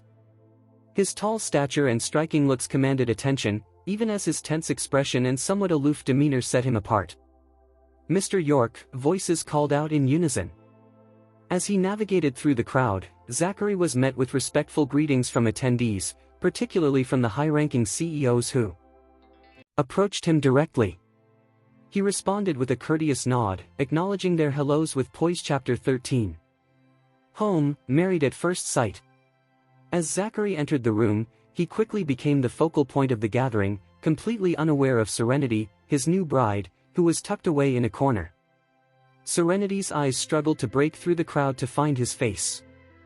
After straining to catch a glimpse of him while standing on her toes for what felt like ages, Serenity's patience wore thin. She decided to retreat to her seat, pulling her best friend Jasmine aside. "I give up. There are just too many people to see anything. Let's just eat," she declared. For Serenity, the main goal of the evening was to indulge in food. "Stay put here, Seren. I'm going to find my aunt and see who else is around. It's like the king himself has arrived with all this fuss," Jasmine said, her curiosity bubbling over. "Sure," Serenity replied casually, watching as Jasmine made her way through the crowd. With her plates cleared, Serenity decided to take action. She stood up and gathered her empty dishes. While everyone else was preoccupied with the VIP guest, she seized the opportunity to grab some food without facing any unwanted attention or disapproving looks. Meanwhile, Zachary had made his way into the venue, starting with a brief chat with the event organizer. His bodyguards, ever vigilant, kept a watchful eye on everything and everyone around them. Mr. Zachary had a strict policy about women getting too close. Their main responsibility at events was to stay alert for anyone who might have hidden intentions. One of the bodyguards, blessed with a considerable height advantage, scanned the room and spotted Mr. Zachary's wife while monitoring the surroundings. Although Zachary had kept his identity under wraps when marrying Serenity, his bodyguards recognized her as the lady of the house. Therefore, aside from the elderly Mrs. Zachary, they were all familiar with Serenity. Initially doubting his own eyes, the bodyguard fixated on Serenity, soon realizing that it was indeed Mr. Zachary's wife he was observing. Wife. The missus remained completely unfazed by Mr. Zachary's presence as she expertly balanced two plates, carefully selecting her favorite dishes. It didn't take long for her to fill both plates to the brim. With her bounty in hand, Serenity walked away and settled down at a table tucked away in a corner. Without any hesitation, she began to dig into her meal as if nothing had ever happened. Meanwhile, the bodyguard observed quietly. Once Zachary finished a conversation with a few familiar CEOs, the bodyguard seized the moment to approach him. He leaned in and whispered, "Mr. Zachary, I spotted your missus." Zachary furrowed his brows in concern but quickly masked his irritation, responding coldly. "What is she doing here?" "I have no idea," the bodyguard replied. "Keep a close watch on her. Make sure she doesn't see me. Also, take some photos of who she interacts with," Zachary instructed firmly. In his mind, Zachary couldn't shake the suspicion that Serenity might have an ulterior motive for being there, possibly looking to elevate her status in the social scene. That was precisely why he had kept his identity a secret from her. He feared she would be put off by the fact that he was just a regular wage earner. The bodyguard nodded respectfully, taking note of the instructions. Zachary then returned to his conversations with the CEOs, knowing that these discussions often led to important deals being made. Unbeknownst to Serenity, she was being discreetly observed by her husband's bodyguard. When Jasmine returned after some inquiries, Serenity eagerly asked, "How did it go? Did you find out anything?" "Definitely. The heir of the Yorks is here. He's the head of York Corporation, but I couldn't spot him myself, it was too crowded. He's surrounded by a security team. My aunt mentioned that the heir tends to keep his distance from women. Whenever he attends events, he makes sure his bodyguards are close by to deter any single ladies from approaching him," Jasmine explained. "Oh," Serenity responded, intrigued. "I couldn't care less. Seren, your man shares the same last name as the Yorks. Do you really believe there's no connection? There aren't many individuals with that surname, and it belongs to the wealthiest family around, D. Grace." Chapter 14. Home, married at first sight. Jasmine lifted a glass of red wine to her lips and savored a sip. You really dive deep into those chick lit novels. There are countless people sharing the same first and last names out there, let alone just a surname. Take Bill Gates, for instance. He's among the wealthiest, but does that mean every Gates is related to him? Jasmine smiled. You make a good point. My husband is a white-collar worker. He drives a national car and makes a six-figure salary. Do you honestly think someone from the York family would be driving that kind of vehicle? Your imagination is quite vivid, isn't it? Serenity had never envisioned herself as a Cinderella type. Daydreaming was one thing, but losing touch with reality was another matter entirely. Now that you mention it, could the head of the York family possibly have a different orientation if he's avoiding young women? Is he married? Although Serenity wasn't particularly interested in the young heir's looks, it raised the question of why he kept his distance from young females. He could be celibate or perhaps facing issues in that area. For all she knew, he might even be attracted to men. I haven't heard anything about him tying the knot. Even if we aren't part of that elite circle, a marriage like his would definitely shake things up in Wiltspoon. The media would have a field day covering the event. Since we haven't heard anything, I guess he's still single. Jasmine set her glass down. Now that you mention it, something seems off. It's quite strange for such a handsome guy not to have even one girlfriend. We can never really know what's going on in the minds of the wealthy. Let's eat up. We should head out once we're satisfied. Absolutely, Jasmine replied. The two friends dug in as if there were no tomorrow. Many eyes were upon them. Some glanced briefly before looking away, while others watched with disdain and mockery. It appeared. An heiress and her maid found themselves at the ball, tucked away in a corner as they devoured food throughout the night, as if they had been starved. These girls certainly had hearty appetites. Jazz. Rachel's son, Sean Lowe, strolled by. He was 3 years younger than Jasmine and shared a close bond with his cousin. As he mingled with his parents among the crowd, his mother suddenly recalled Jasmine and instructed Sean to keep an eye out for her. Come, Sean. Sit. Jasmine pulled a chair closer for her cousin to join her. With a smile directed at Sean, Serenity caught his attention, causing him to blush as he raised his glass toward her. Do you drink, Serenity? He asked, grinning. Not really, Serenity replied.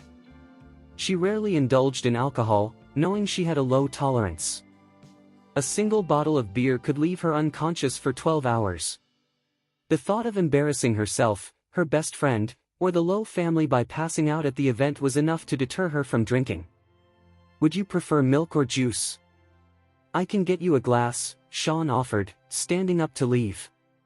Serenity quickly pulled him back. It's okay, Sean. I'm full. I don't think I can handle another drink. Sean sat back down, concern etched on his face. Jazz, did you and Serenity really stay here all night? He asked, looking troubled. Mom wanted to introduce you to some nice gentleman, but every time she looked for you, you were nowhere to be found. She couldn't just leave the other ladies, so she asked me to find you. Chapter 15. Home, married at first sight. After enjoying a delicious meal, Jasmine happily exclaimed, Sean, I'm not really looking for any eligible bachelors. Serenity and I are just here to explore the atmosphere and savor the food. This place truly lives up to its reputation as a 7-star hotel. The food is incredible, and we've had a fulfilling meal. Sean was left speechless. We're quite full now. It's getting late, Sean. Serenity and I have to head out. Please pass on my regards to my aunt, Jasmine added. Sean, feeling anxious, glanced at Serenity and replied, Are you leaving already? Jazz, the party has only just begun. It's still early, it won't wrap up until at least 11 o'clock. Serenity interjected, We have a business to manage tomorrow, so we can't stay out too late. As the two girls stood up, Sean trailed behind them. You know, you could push back the opening time by a couple of hours, he suggested, trying to keep them around a little longer. That's not an option. Our peak hours are in the morning, afternoon, and evening. If we miss the morning rush, it could really set us back, Serenity explained. With a playful nudge on her cousin's shoulder, Jasmine teased, "You should stick around and see if there's anyone you like. You're still young, so there's nothing stopping you from dating." Sean glanced at Serenity again, his face turning slightly red as he shyly replied, "I just graduated from college, Jazz. I'll think about marriage once I've settled into my job for a few years." Serenity added her thoughts, "There's no need to rush into anything. Sean is only 22 this year, he can afford to wait another couple of years." Sean nodded in agreement, but Serenity quickly added, "I remember when you were just a little kid the first time we met. It's hard to believe how much you've grown up now." Sean could only respond with a silent expression. Unable to convince the girls to stay, Sean accompanied them as they exited the hotel. "Jazz, did you drive here?" he asked. "Your mom arranged for a car to pick us up," Jazz replied. She seemed unbothered when she added, "Seren and I can take the cab. You should head back inside, Sean. Let my aunt know we have to leave. I hope you have a good time." The hotel lobby was bustling with people. Everyone's eyes briefly flicked toward Jasmine and Serenity, but no one approached Sean, as the girls were unfamiliar to them. Since the girls preferred not to catch a cab in front of the hotel, they walked to the street before hailing one. They urged Sean, who had been walking alongside them, "Sean, make sure you hurry back to the hotel. Bye for now." Sean waved goodbye somewhat reluctantly as he watched the girls climb into the cab and drive away. He lingered by the roadside for a while before finally making his way back. Upon reaching the hotel entrance, he ran into Zachary, who was just stepping outside. As always, Zachary was the center of attention, flanked by his security detail, showcasing the traits of a natural leader. Sean paused at the sight of him, stepping aside to let Zachary pass. "Mr. Lowe," Zachary acknowledged him as he walked by. Flattered, Sean replied with a smile, "Mr. York." The bystanders were surprised by the friendly exchange between Zachary and Sean. The Lowes belonged to the elite class, yet interactions with the Yorks were rare. In everyone's eyes, Sean was still just a kid. Even though he had entered the family business, he was starting from the ground up, occupying a minor role within the Lowes company. Zachary's greeting was noteworthy. Was he trying to forge a connection because he saw potential in Sean as a future leader of the Lowes business, or did he perceive something promising in the young man standing before him? Mr. and Mrs. Lowe were bidding farewell to Zachary, surrounded by a bustling crowd. They were both amazed and delighted to see that Zachary had recognized their son's presence. Chapter 16. Home, Married at First Sight. In the Wiltspoon business community, gaining the favor of Zachary meant that doors would open wide, and opportunities would abound. Mr. and Mrs. Lowe decided to bring their son to the dinner party, hoping he would connect with people and forge friendships that would serve as a foundation for his future. "Mr. Lowe, you were..." "I was just walking my family to catch a ride," Mr. Lowe interjected. Before Zachary could finish his thought, Sean quickly stepped in to clarify his presence, wanting to ensure that Zachary didn't misinterpret his hesitation to engage in these social gatherings or his dissatisfaction with the hotel's service. The Wiltspoon Hotel was among the many establishments operated by the York family. "Oh," Zachary replied, brushing past Sean as if his acknowledgement were merely a matter of courtesy. In an instant, Sean felt invisible as a throng of people flocked around Zachary, leaving him feeling like a mere shadow. It was a common occurrence for Zachary to make a fleeting appearance at events before disappearing again. The CEOs present were secretly relieved to have seized the opportunity to discuss business with Zachary, grateful for their quick thinking and decisive actions. Before long, a Rolls-Royce with the license plate XX8888, flanked by security vehicles, departed from the Wiltspoon Hotel. "Where to, Mr. Zachary?" the driver inquired from behind the wheel. Zachary glanced at his watch, noting it was only 9:30. Since the night was still young, he considered his options and replied, "To Brinfield." "Understood," the driver acknowledged. To Zachary's surprise, he arrived home before Serenity. Back at his cold, empty house, Zachary sank into the sofa, idly watching television as he waited for his wife, who had yet to return despite leaving the hotel earlier. "The bodyguard." Zachary had received a series of photos from the party, each one capturing Serenity's every move. As he scrolled through the images, he noticed that she was indulging in food as if she hadn't eaten in ages. Yet, he found some relief in the fact that she chose to hide in a corner to eat rather than flirt with other men. He frowned at her choice of attire. Serenity was clearly underdressed, opting not to wear an evening gown.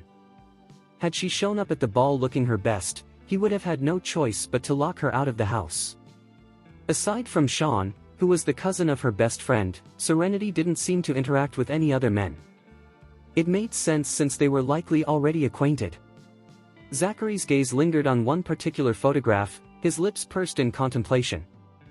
As he examined the picture more closely, he noticed Sean casting a sidelong glance at Serenity. With his keen observational skills as the head of York Corporation, Zachary was quick to pick up on the nuances of the image. It dawned on him, Sean had feelings for Serenity.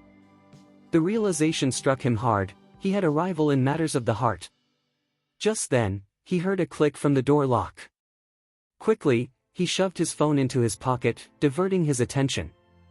Serenity entered the house, locking the door behind her. She spotted Zachary lounging on the sofa, engrossed in the TV. While securing the door, she asked casually, "Are you not working late tonight, Mr. York?"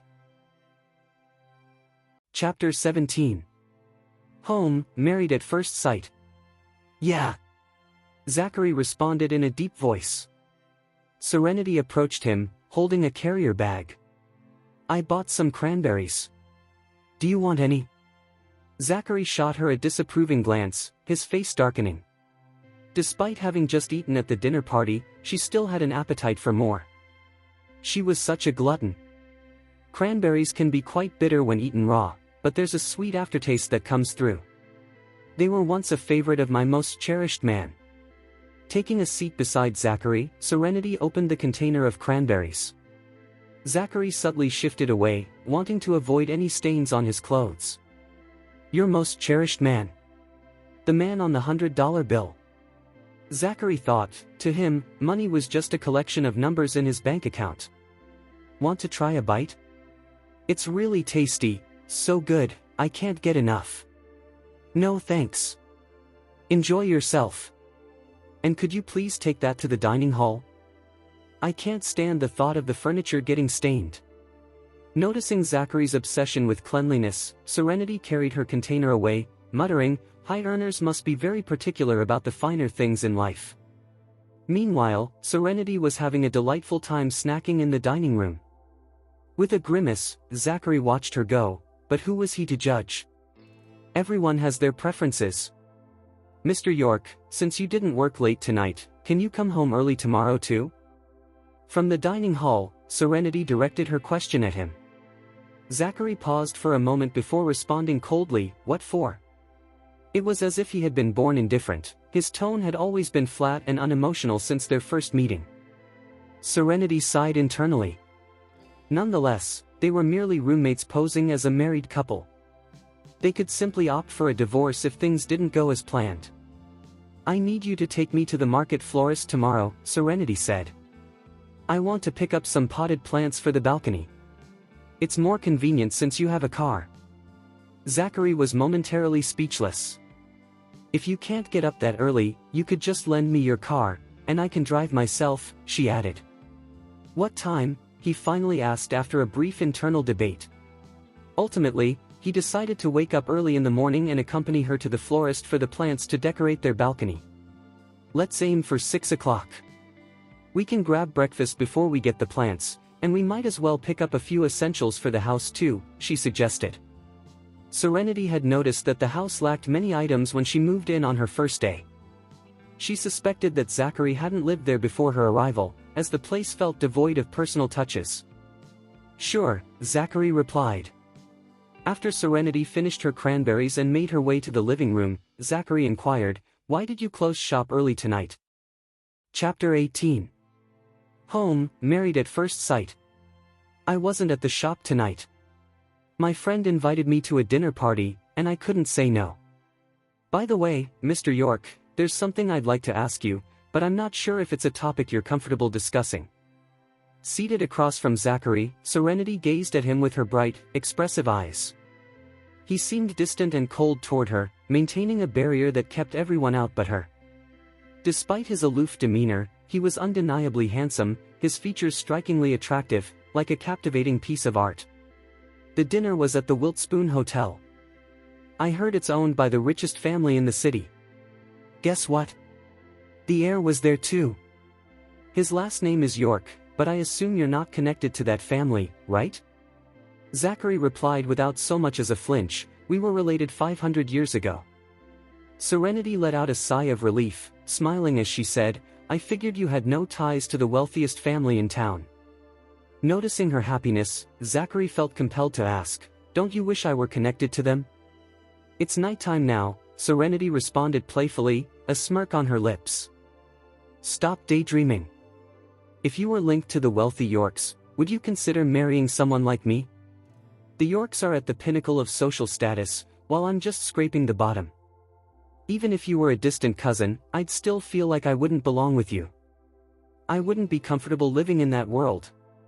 Now that I know you're not related to the Yorks, it feels easier to be around you since we're in the same circle. Zachary remained silent, his lips pursed in thought. Your Nana mentioned you work at a significant corporation. Have you heard about that? Is he really the heir to your corporation?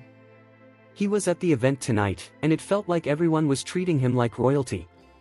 Jasmine and I had to stand on our tiptoes to catch a glimpse of his face, but it was impossible. Zachary's expression remained tight-lipped, his brooding gaze icy. They say the heir always has bodyguards with him, making sure no women can get too close. Jasmine managed to find out that he's single and not mixed up in any scandals. Apparently, he doesn't even have a girlfriend. Mr. York, do you think his single status might be related to his sexuality, or is it something else? It seems odd for someone his age to remain unattached, Serenity pondered aloud. Her question nearly caused Zachary to bite his tongue in surprise. The intensity of his stare could have burned right through Serenity. How could she dare to question his masculinity so directly? Taking his reaction as astonishment, Serenity elaborated, for a man of his standing to avoid pursuing women, it suggests he might not be interested in them at all. It's no wonder he's still unmarried despite not being young anymore. People like us can hardly grasp the complexities of the wealthy. Suppressing the urge to lash out at her, Zachary replied coldly, how do you know he's not young? Just because he keeps his distance from women doesn't mean he has a different preference. He's the head of the York family. We're not living in a romance novel. It takes time for a successor to mature and prove they're ready to take over the family business. They typically need to be at least 35 before that happens, which is practically middle-aged. To someone my age, that seems old. Zachary refrained from correcting her, knowing that the heir of the Yorks was only 30, just 5 years her senior. He was hardly old by any standard. After a moment of silence, he coldly asked, you seem quite intrigued by the heir. Not at all. This is the first time I've heard any insider gossip about a major CEO. Wherever there are people, there's bound to be gossip. I was simply sharing my thoughts. Mrs. Lowe was really counting on Jasmine to win over the heir, but Jasmine has no desire to climb the social ladder. The realm of the wealthy and influential is far removed from our own. Serenity was aware of the struggles Mrs. Lowe encountered while trying to fit into a higher social class. The Sox family were multimillionaires who had built their wealth through savvy property investments. Despite their affluence, Mrs. Lowe faced numerous challenges as she worked to integrate into the cultured elite. Girls like them shouldn't hold on to the illusion of fairy tales. It's getting late. I'm going to take a shower. Serenity and her husband exchanged a few words until the conversation dwindled, leaving them as mere strangers by the end of the day. As she stood up, Serenity made her way to the balcony to collect her laundry. When you were renovating, you should have asked the builder to put in 2 rails for drying racks. Zachary stayed quiet. He had purchased a property that was ready to move into. These minor details weren't typically on his radar, so it didn't occur to him that the balcony needed drying rails for clothes. Chapter 19. Home, married at first sight. I'm planning a trip back to my hometown after meeting your parents this weekend. I want to cut down some bamboo to make the rails, Serenity said enthusiastically. Zachary responded softly, there's no need for that. I'll arrange for someone to install the rails tomorrow. It was quite a task for the lady of the York house to go all the way to her hometown just to chop down bamboo for laundry purposes. Only Serenity could think of something like this. All right, thanks for that, she replied. This place is also my home now, Zachary added. Yes, Serenity acknowledged before heading to her bedroom with her laundry. She opened her bedroom door and paused to look back at Zachary. If you'd like, you can leave your dirty clothes out after your shower. I can wash them when I do my laundry. That's all right, thank you. I'll have 2 washing machines delivered tomorrow. It'll be convenient to have one in each of our bathrooms, he replied. Sounds good. Just let me know how much you spend on the washing machines. I'll share the cost with you, Serenity insisted, feeling it wasn't fair for him to cover the expense entirely, especially since he had already given her a debit card for household costs. Zachary reassured her, 2 washing machines won't be too expensive. I can manage a few $1,000s. Besides, they are essential appliances for our home. To clarify, he added, I'm usually busy with work, which is why I send my clothes to the dry cleaners. That's the reason I haven't purchased a washing machine. This wasn't about his inability to manage a household, it was simply that Zachary had never considered many everyday needs. For the last 30 years, he had enjoyed the life of an heir without thinking too much about such matters. Nevertheless, he was committed to doing whatever he could on his own. However, when it came to laundry, he was still getting the hang of things, something he had never attempted before. Got it. Serenity recognized that highly skilled professionals often got caught up in their busy lives, leaving little time to consider their daily needs. Get some early rest, Mr. York. With that, Serenity retreated to her room, securely shutting and locking the door behind her. The sound of the door locking cast a shadow over Zachary's eyes. He felt as though she was putting up a barrier against him. However, he soon acknowledged that they were on equal footing. He too locked his bedroom door and closed the window every night while he slept. In a way, they had established a solid system together. Serenity asserted her boundaries, while Zachary did the same. They respected one another's space, allowing each other the freedom to breathe.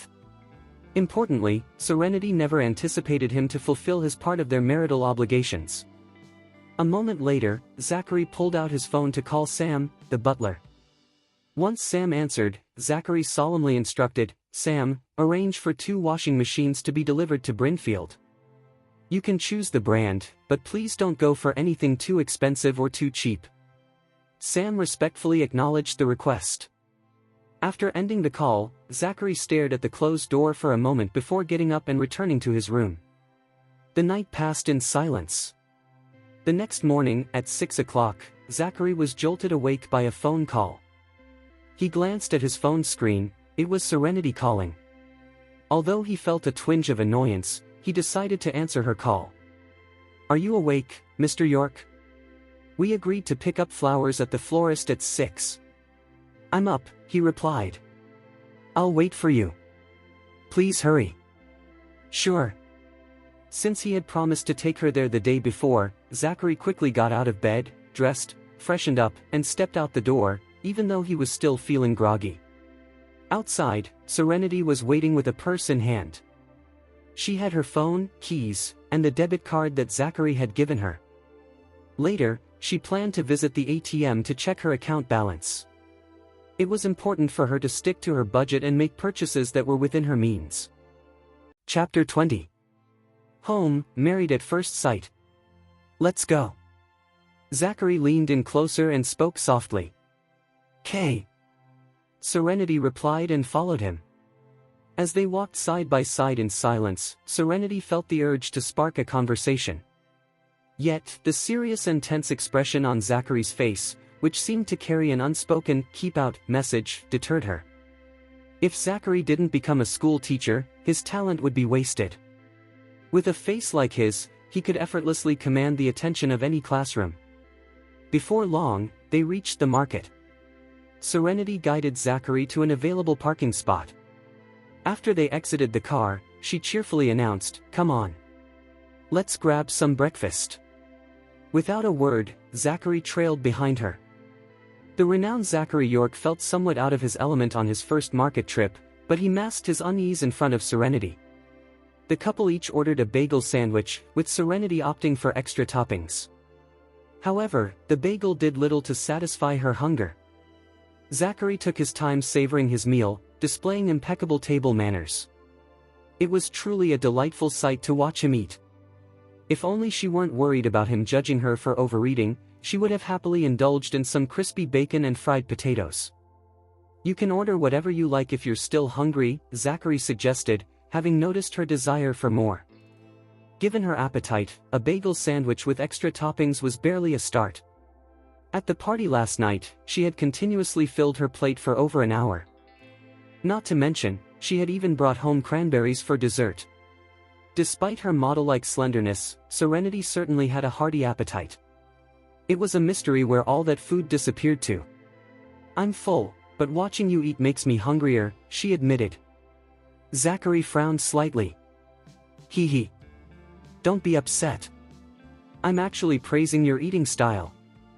Just watching you makes it seem like you're indulging in a gourmet feast, and it's tempting me to join in."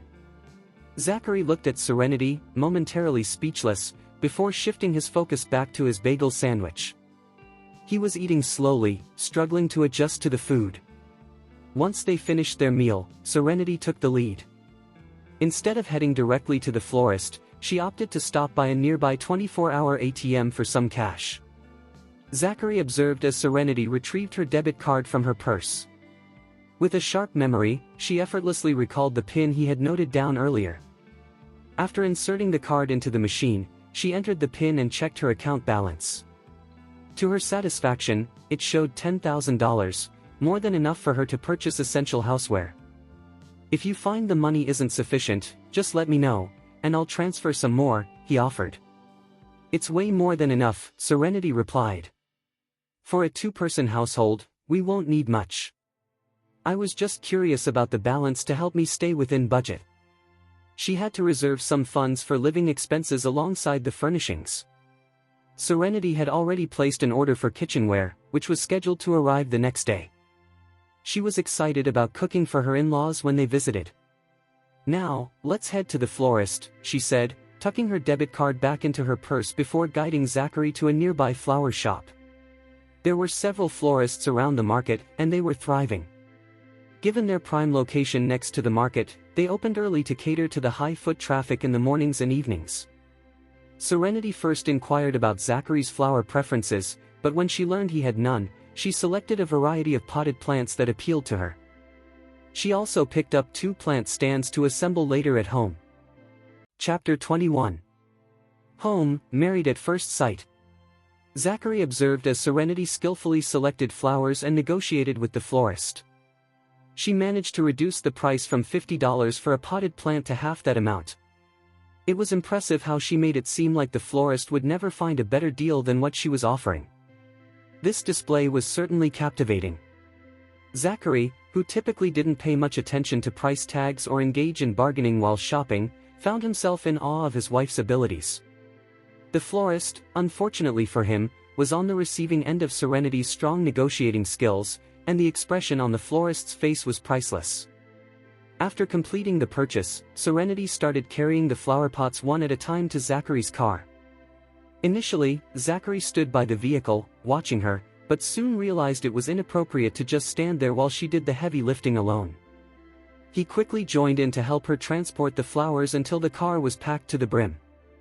Fortunately, the florist provided some flattened cardboard to protect the seats, which was much better than risking stains on the upholstery. "Do you need anything else?" Zachary inquired as he settled into the driver's seat. "The car is too full for anything else. That's all for today.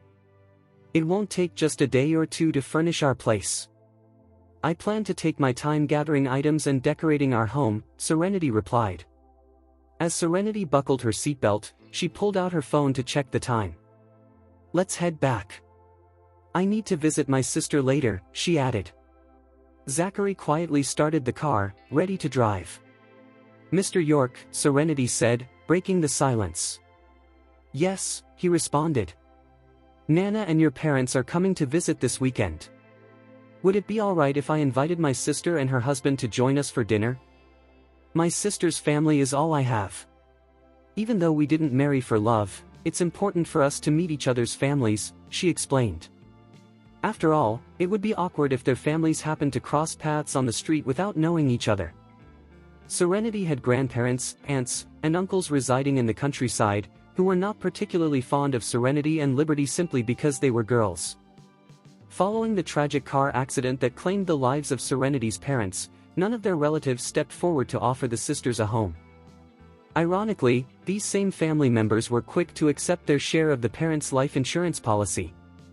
The house that Serenity's parents had left behind was now occupied by her grandparents.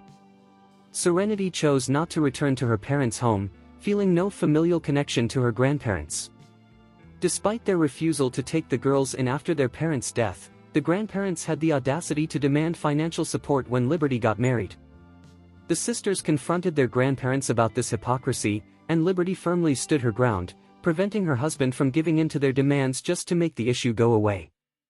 Ultimately, the grandparents stormed off in anger, leaving empty-handed, and they chose not to attend Liberty's wedding. To Serenity, Liberty had become both parent and guardian. Meanwhile, Zachary did not hesitate and replied quietly, "Yes, of course. Please let your sister know to meet my family here on Saturday." "Sure," Serenity responded. Before long, they found themselves back at Brinfield. With the car parked downstairs, Serenity decided to put her strength to use, moving the potted plants upstairs while Zachary enlisted the help of the neighborhood security guards. He offered them a lump sum to assist in transporting the plants. There was no need to exert themselves when money could resolve the issue.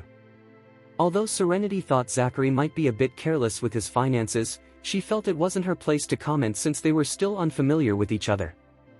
In a way, she viewed his actions as a kindness, attempting to lighten her load. The expense seemed somewhat justifiable in her mind. Soon, one corner of the balcony was filled with the vibrant potted plants. Zachary escorted the security guards to the door while Serenity focused on envisioning her design for the balcony. The balcony was expansive, and despite having purchased a trunk filled with plants, they only managed to fill a small corner. She hadn't set up the flower stands yet, and time was slipping away. It was clear she would need to tackle that task after leaving work early later that day. "What's bothering you?" Zachary inquired. "The balcony feels too large. I can't quite picture what I want it to look like," Serenity admitted. Zachary scanned the area, acknowledging her concern. "What kind of visuals are you aiming for? Are you picturing a mini garden?" Serenity nodded in agreement. "Are you heading to your sister's place now? You should probably go." "I'll swing by the florist and pick up some more flowers," Zachary suggested. Serenity checked the time and replied, "What time does your shift start? I can leave for work a bit later if needed." Chapter 22. Home, Married at First Sight. Serenity believed that senior white-collar workers like Zachary enjoyed certain privileges. Handing over her debit card, Serenity encouraged him, "Make sure to negotiate the price down to half with the florist." In response, Zachary returned the debit card to her, saying, "I have money." Serenity raised an eyebrow, intrigued, but decided to let the matter go for now. As she prepared to head to her sister's place, Serenity reminded Zachary to snag the best deals before grabbing her keys and hurrying out the door. Unbeknownst to her, once she left, Zachary took a brief video of the balcony, intending to send it to Henry, the head gardener of the York estate. It wasn't long before Henry called back. "Sir?" Zachary replied, "You've seen the video, Henry. How many pots of flowers do you think I'll need to transform the balcony into a mini garden? Choose a few budget-friendly options from your greenhouse. I'm looking for fast-growing varieties with large and intricate petals. Please deliver them to Unit 808 on the 8th floor of Block B at Brinfield." During their previous flower shopping trip, Zachary had noticed Serenity's preference for large, elaborate blooms. She wasn't interested in the standard petal shapes. "Also, I need you to prepare a list of charges," he added. Henry responded. "Sure. Please ensure they arrive by this evening." "Absolutely," Sir. Zachary's words were to be treated as commands. Just move them up to the balcony. Leave the arrangement to Serenity, I wouldn't want to impose on her vision, he instructed. Henry acknowledged this with courtesy. Zachary quickly ended the call. Meanwhile, an unaware Serenity was picking up takeout breakfast for her sister and nephew, just like the day before. In a moment of joy, she even decided to treat herself to something special. Serenity had bought her nephew a children's battery-powered bike. And swore. As soon as she entered the house, Serenity was met by Sunny's delightful voice. Sunny, why are you up so early today? Come and see what I got you. Bike. At just 2 years old, Sunny had a limited vocabulary. He waddled over and excitedly circled the new bike, his actions clearly showing his happiness. Liberty emerged from the bathroom after putting her and her husband's clothes into the washing machine, although her son's clothes were carefully hand-washed. Saren, you spent your money on unnecessary stuff again. I bought my little nephew a toy. That's not unnecessary, Serenity replied.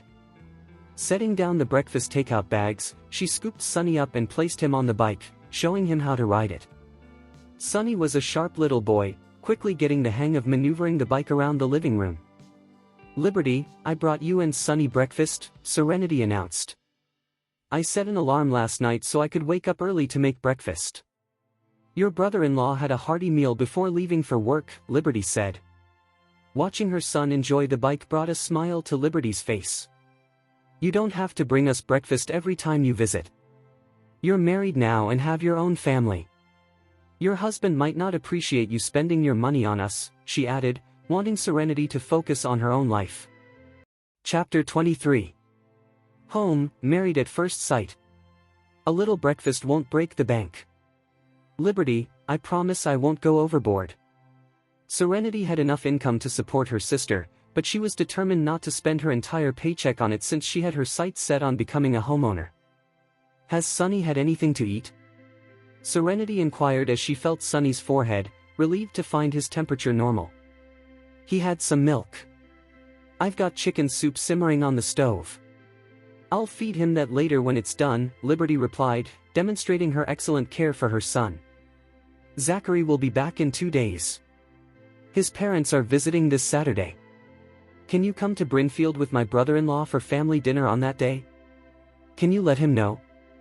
Liberty's eyes lit up as she asked, is your husband returning from his business trip? He mentioned he'll be back Friday night, Serenity confirmed. Great.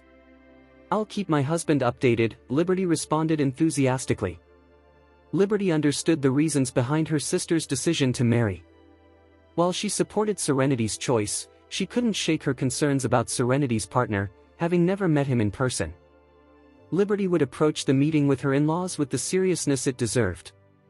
After spending some time at Serenity's home, Serenity headed off to work.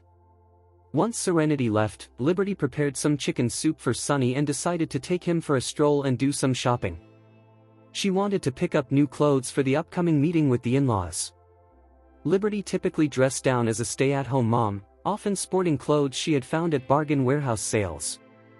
In her single days, Liberty had been selective about her lifestyle choices.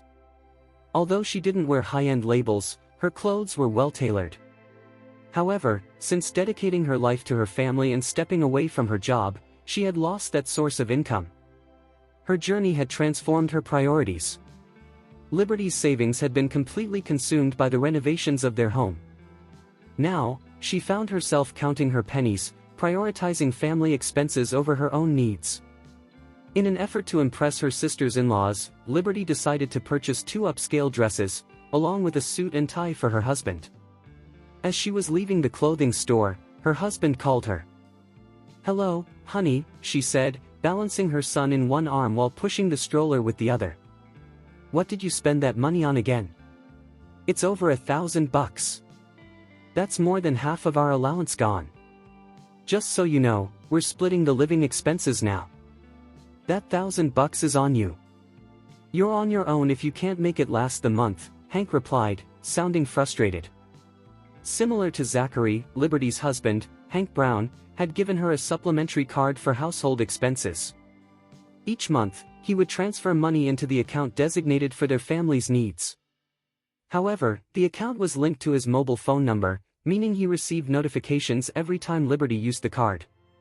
For a family of 3, their grocery expenses were generally kept under $100, since Hank deposited $3,000 into the account each month. If Liberty managed her spending wisely, she could have a couple of hundred left over. However, unexpected events, like a child getting sick, could make it challenging to stretch that $3,000. On this occasion, Liberty had forgotten to bring her personal bank card, forcing her to use the household expenses card. It never occurred to her that her husband would be monitoring her spending as soon as she stepped out of the store. Chapter 24 Home Married at First Sight Chapter 24 I noticed you made a purchase at a clothing store. Did you actually buy clothes? What did you spend that amounted to $1,000? Can't you try to cut back on your expenses? Do you think I find it easy to earn money? I have a mortgage for our house, a car loan, and I'm also responsible for my parents' living expenses. Plus, Sonny needs milk powder and diapers. It's not like you're helping with the bills. I'm handling everything on my own here. Can't you at least be a bit more understanding and try to lower your spending? Liberty paused her walk and waited for her husband to finish his blame before she explained. Saren mentioned her husband will be back on Friday. Our families will be meeting for dinner on Saturday. As part of Saren's family, I really hope everything goes smoothly. The clothes I currently own don't fit me anymore, so I bought 2 new dresses. I also got you a new suit and tie. Hank, we'll need to skip visiting your mom this weekend. After Liberty's explanation, Hank muttered something under his breath. Unable to hear him clearly, Liberty asked, "What did you say, Hank?" "Nothing." "Sure, we need to look presentable for the family meeting, but did you really need to buy 2 outfits? One would have sufficed. You should hurry and start a diet. It's about time you lost some weight so you can fit into your old clothes. You have some nice pieces that are ashamed to go unworn. Look at you. All you do is eat, sleep, and spend. Are you a pig? At least a pig can be sold for its meat. You're just a worthless pig." Hank's disdain was evident as he reflected on Liberty's fuller figure. When it came to intimacy, he wouldn't even touch her unless he was struggling to control himself. The stunning, vibrant, and beautiful Liberty he once knew seemed long gone. It never crossed his mind that in just 3 short years of marriage, his wife had transformed into someone he barely recognized. Mom and my sister were spot on about Liberty's excessive eating. After all, she wasn't contributing financially. Liberty brought nothing to the table. "Mr. Brown," came the sweet voice of Hank's secretary as she entered the office. Hank turned to his wife, Liberty, and bluntly stated, "I need to get back to work. Please hurry home and prepare dinner. I don't want to return to an empty house. Who knows what you're up to all day?" With that, Hank ended the call abruptly, cutting off Liberty before she could respond. "Mr. Brown, please review this document and sign if everything looks good," the young secretary said, sliding a document across Hank's desk. "Sure," Hank replied, taking a moment to look over the papers before signing them. He then handed the documents back to the secretary, along with a Tiffany box he had pulled from his drawer. "Jess, I happened to pass by the jeweler after closing a deal last night and picked up this gold necklace for you. What do you think?" Hank said, giving her a captivating look. Jessica opened the Tiffany box, revealing the beautiful gold necklace. A smile lit up her face as she took it out. Hank stood up, moved around the desk, and gently took the necklace from her hands. "Let me help you with that," he offered thoughtfully. "All right," she agreed. As he fastened the necklace around Jessica's neck, he kissed her cheek and added, "You look beautiful. The necklace suits you perfectly." Standing tall, Jessica turned to him, wrapping her arms around his neck. She leaned in for a kiss on his cheek and sweetly thanked him. "Thank you, Mr. Brown. I love the necklace." "Just call me Hank when no one's around," he replied, pulling her close into an embrace, a charming smile gracing his face. His primal urge took over as he leaned in, drawing close to her ear to whisper something. Jessica swiftly pushed him back, her lips pursed in a pout. "You have a wife and a child," she exclaimed. We agreed to keep this just platonic and nothing more. Chapter 25. Home, Married at First Sight. In this chapter, Jessica found enjoyment in the attention and gifts showered upon her by her boss, Hank. She accepted the flowers and various tokens of affection, yet drew a firm line when it came to crossing into more intimate territory, such as kissing Hank. This decision wasn't about preserving her chastity, rather, it was a strategic move to keep Hank longing for something he deeply desired. Jessica had no intention of becoming a mistress, her goal was to be the rightful partner by Hank's side. However, Hank was still tied to his long-term marriage with Liberty, whom he had been with since their college days. By the time Jessica joined the company, Liberty had stepped down from her role as the finance director to become a full-time homemaker. Though Jessica had never met Liberty, she learned through former colleagues that Liberty had given birth to a son shortly after their marriage and had since embraced the role of a stay-at-home mom. It was rumored that Liberty had struggled with her weight after childbirth, a topic Hank had complained about more than once. Jessica scoffed to herself, thinking, Liberty is such a silly cow. She should have taken better care of herself even after getting married. No man will stick around for an overweight wife. In Jessica's opinion, the blame lay with Liberty for neglecting self-care, which turned Hank away from her. Jessica believed that if Liberty had been more mindful of her spending habits, Hank could have invested more in Jessica instead. Hank expressed his disdain for Liberty, stating, "She's a pig. I feel sick to my stomach every time I look at her. I would have divorced her a long time ago if it weren't for our son." In contrast, Serenity, another woman in the picture, had a lovely figure and was both younger and more attractive than Liberty. Despite her humble beginnings in a rural area, Serenity carried herself with an elegance that made her stand out, especially compared to Liberty. Of course, Liberty had her own charm in her earlier days, but the extra weight had diminished that allure. Liberty was completely unaware of her husband's little secret, his affair with his secretary. Ever since she learned of the secretary's existence, she paid no mind to the sweet voice she occasionally heard on the other end of the line. As she placed her son back in the stroller, Liberty started to move forward, lost in her thoughts. With her mind wandering, she accidentally collided the stroller into a parked Maybach. The luxury vehicle suffered only a minor scratch, but when Liberty noticed the emblem, panic set in. Just then, the owner of the car arrived at the scene, approaching them quickly. "I'm so sorry, mister. I really apologize," Liberty repeated, flustered. The man, appearing to be in his mid-30s, was dressed in black and had an appealing face. However, the scar running down the right side of his face gave him a somewhat intimidating presence. Liberty's son, Sonny, felt frightened and instinctively turned to his mother for comfort. The scar-faced man inspected his car before turning back to Liberty and her child. Despite his obvious annoyance, he maintained his composure and didn't lash out. "Leave me your contact number. I'll need to claim the repair and repaint costs," he said in a somber tone. "I'm really sorry, mister," Liberty responded again. After a brief silence, the man added, "Accidents happen, but an apology doesn't mend anything. Be more careful next time. You can cover the damages to my car, but what if something were to happen to your child? I completely understand. It's my fault, and I will be more cautious moving forward," Liberty replied, acknowledging her mistake. She took out her phone and said, "Could you please give me your number? I'll call you to save your contact, and I'll take care of the repairs for your car." The scar-faced man provided her with his contact number. Liberty picked up the phone and dialed a number, listening for a ring before ultimately hanging up. "What's your name?" asked the scar-faced man. "I'm Liberty. Liberty Hunt," she replied. Once he noted her name, the man gestured for her to leave. "All right then. You're free to go." Liberty offered one last apology and gently pushed her son away from the area. She couldn't help but think about how much trouble she would be in with her husband when she got home later that evening. Chapter 26. Home, Married at First Sight. Meanwhile, a convoy of luxury sedans glided down the road, one of which was a Rolls-Royce, Zachary's personal vehicle. As the convoy came to a halt, Zachary lowered his window and addressed the scar-faced man standing nearby. "What brings you here, Duncan?" he inquired. "I went to pick something up, but when I returned, I found a scratch on my car, Duncan replied.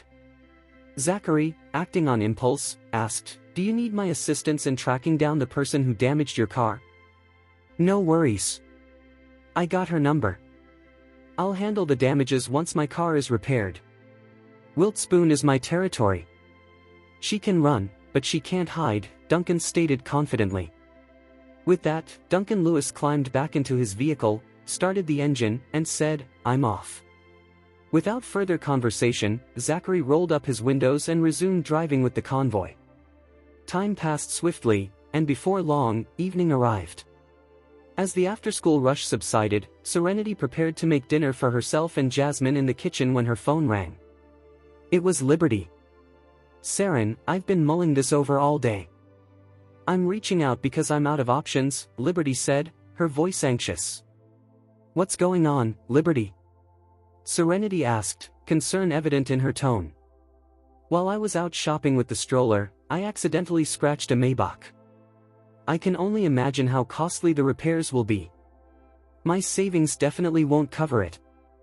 I told your brother-in-law, but he just yelled at me to fix the issue myself, Liberty explained, distress creeping into her voice. Feeling a knot form in her stomach, Serenity urged, take a deep breath, Liberty. How much do you think the repairs will cost? I'm not sure yet. The owner took my number and said they would contact me once the car is repaired, Liberty responded, a hint of despair in her voice. What matters most is that you and Sunny are okay. We can take care of the repair costs. I'll lend you the money, Serenity reassured her. Don't worry about the money, she added. Liberty was overwhelmed with emotion, tears streaming down her face. Seren, I feel like such a loser. I can't believe I messed this up. It was just an accident, Liberty. Don't beat yourself up over it. Money is just a material thing. Be grateful that no one was hurt, Serenity comforted her. Once Liberty had composed herself, Serenity turned to her best friend Jasmine. I need to rush home. Okay, Jasmine replied, understanding the urgency. Realizing Liberty needed support, Jasmine encouraged Serenity to get home quickly. Serenity hurried to her sister's place and stayed with her throughout the night, only returning home at midnight. As she opened the door, Zachary's probing voice filled the air. Why are you back so late? While she shut the door behind her, Serenity responded, my sister ran into a bit of trouble. Zachary's tense expression softened slightly as he inquired, what happened to her? She went shopping this afternoon and accidentally bumped into a luxury car with a stroller she was pushing. Since it left a scratch, the repairs are going to be costly. My sister doesn't have a job or any income, and she's worried about covering the expenses, Serenity explained. Zachary's dark eyes flickered with concern. Could it be that Serenity's sister had damaged Duncan's car? What kind of car was it? What's the extent of the damage? He asked, his tone serious. With a neutral expression, Serenity replied, my sister mentioned it was a Maybach. I assume fixing a scratch on a car like that won't come cheap. Serenity wasn't sure just how much of a financial hit it would be. Chapter 27. Home, married at first sight. Zachary chose to remain quiet. The culprit behind the chipped paint on Duncan's car was none other than his new sister-in-law, whom Zachary had yet to meet. It's getting late, Mr. York. I'm heading to bed, Serenity announced. Even though she had reassured her sister that everything would turn out fine, Serenity couldn't shake off her feelings of unease regarding the damage. With a brief goodnight to Zachary, she retreated to her room. Just as Zachary was about to speak, Serenity had already vanished behind her bedroom door. As for the flowers on the balcony, Serenity planned to tackle the floral arrangement when daylight returned. Yet, Zachary felt a strange sensation, almost as if he was anticipating some form of recognition for his good deed. Mr. York, Serenity suddenly reappeared, her door swinging open. I noticed you got the washing machine. How much did it cost? I spent $7,000 on 2 machines, Zachary replied. Serenity compared that price to the washing machine at her sister's home and, finding it reasonable, chose to remain silent. Serenity, Zachary called out just before she could close her door. Regarding your sister's situation, it's not a problem. If she needs financial help, just let me know. I can lend her some money. Gratefully, Serenity responded, "Thank you, Mr. York. We'll see how it goes when the bill arrives. If we can't gather enough funds, I'll write an IOU for my sister." Though they were still strangers, having only been newlyweds for a few days, Serenity appreciated Zachary's willingness to assist her sister in this time of need. "It's late. You should rest. Don't worry too much, things will eventually work out for the best," he advised. "You too," she replied. "Good night," Serenity said once more as she made her way back to her bedroom. Meanwhile, Zachary lingered in the living room for a little while before heading to his own room. Once he closed the door behind him, he quickly pulled out his phone to call Duncan. "Hey, are you asleep, Duncan?" Zachary asked. Duncan, grinning, replied, "No way. I don't go to bed until 3 in the morning. What's going on? Are you treating me to drinks? Come over to my place, I'd love to share my wine collection with you." Zachary shifted the conversation. "By the way, how much would it cost to repaint your car?" He hadn't gotten a good look at the damage, so he was unsure of what to expect. Duncan shrugged off the concern. "It's just a minor scratch. Shouldn't be more than $10,000 to fix it." He paused before adding, "Are you planning on submitting a claim to your insurance?" Chapter 28. Home, married at first sight. "It's just a minor issue, so I don't feel the need to file a claim." "Why do you ask, Zachary?" Zachary paused before responding, "The woman who scratched your car this morning happens to be the sister of my Nana's lifesaver. They only have each other, and she's a housewife with no income. They're really concerned about being able to afford the repairs to your car." Duncan replied, "What a coincidence. I can't believe she's the sister of your grandma's lifesaver. How did you find out?" Zachary fabricated an answer. "My Nana has a fondness for her lifesaver and often seeks her company. Today, she noticed that Liberty seemed down, so she asked what was wrong. That's when Hunt shared the details." "Hunt? Is that her last name?" "The woman who damaged my car is Liberty Hunt." "What's the name of your grandma's lifesaver?" "Her name is Serenity Hunt."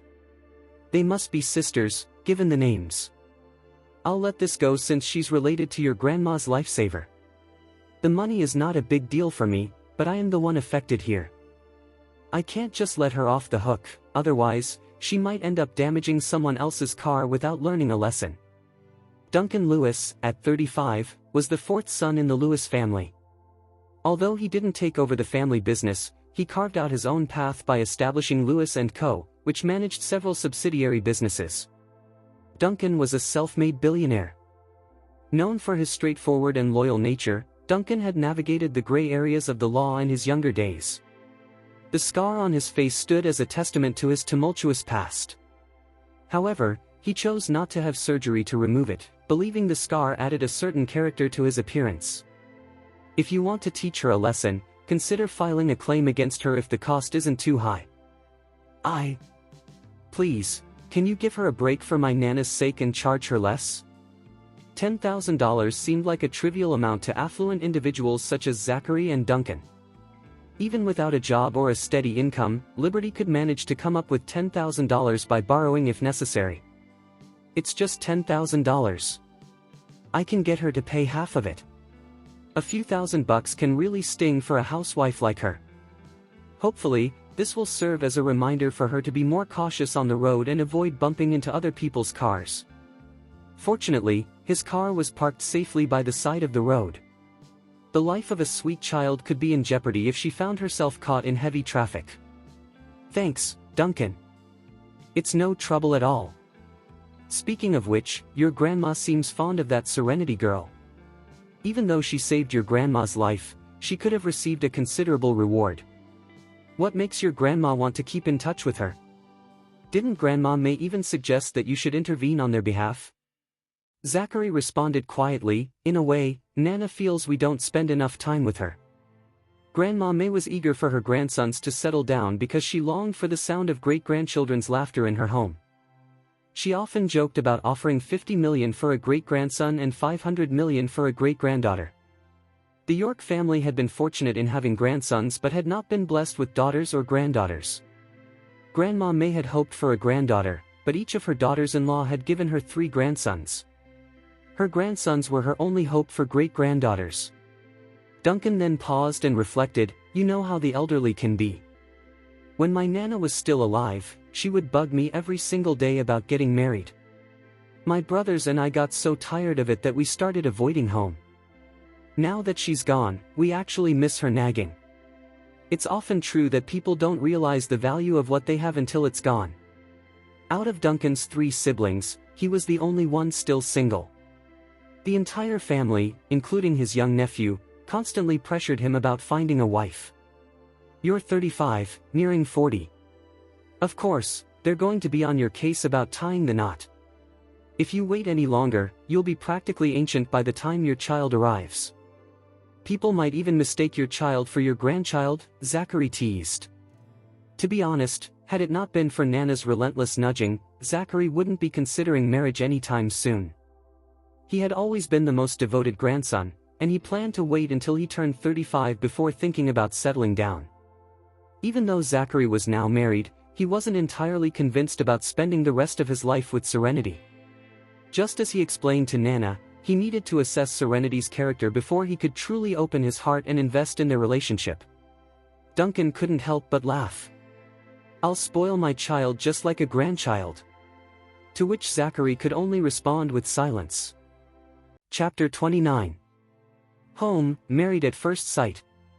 Serenity found herself tossing and turning throughout the night, haunted by stressful dreams that left her feeling drained by morning. As was her routine, Serenity had hung her laundry on the balcony after starting the washing machine before heading to bed. It was at that moment she noticed the newly installed stainless steel rods on the balcony, perfect for airing out her laundry. The space was also adorned with a variety of potted plants, many of which were in full bloom or showing budding signs of life. Regardless of their size, each flower boasted intricately designed petals.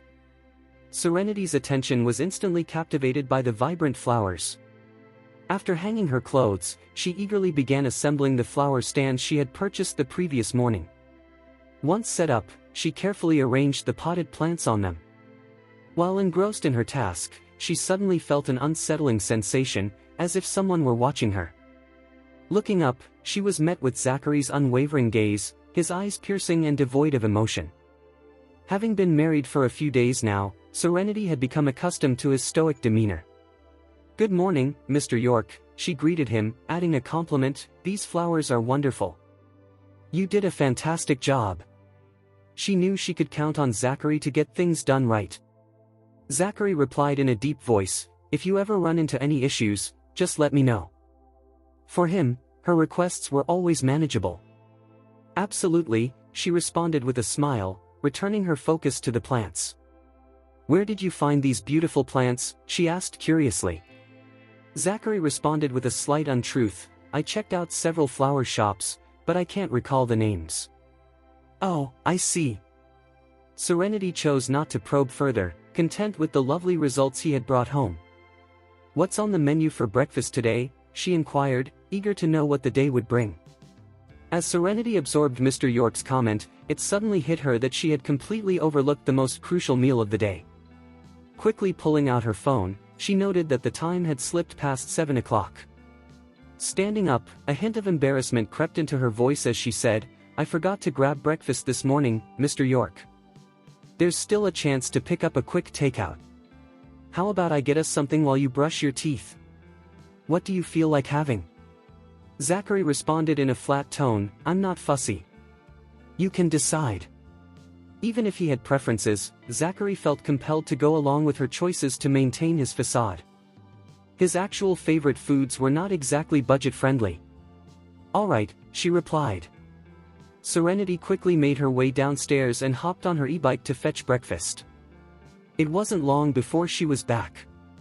She returned with a delicious spread that included bacon wraps with cheese, hash browns, and a refreshing apple juice.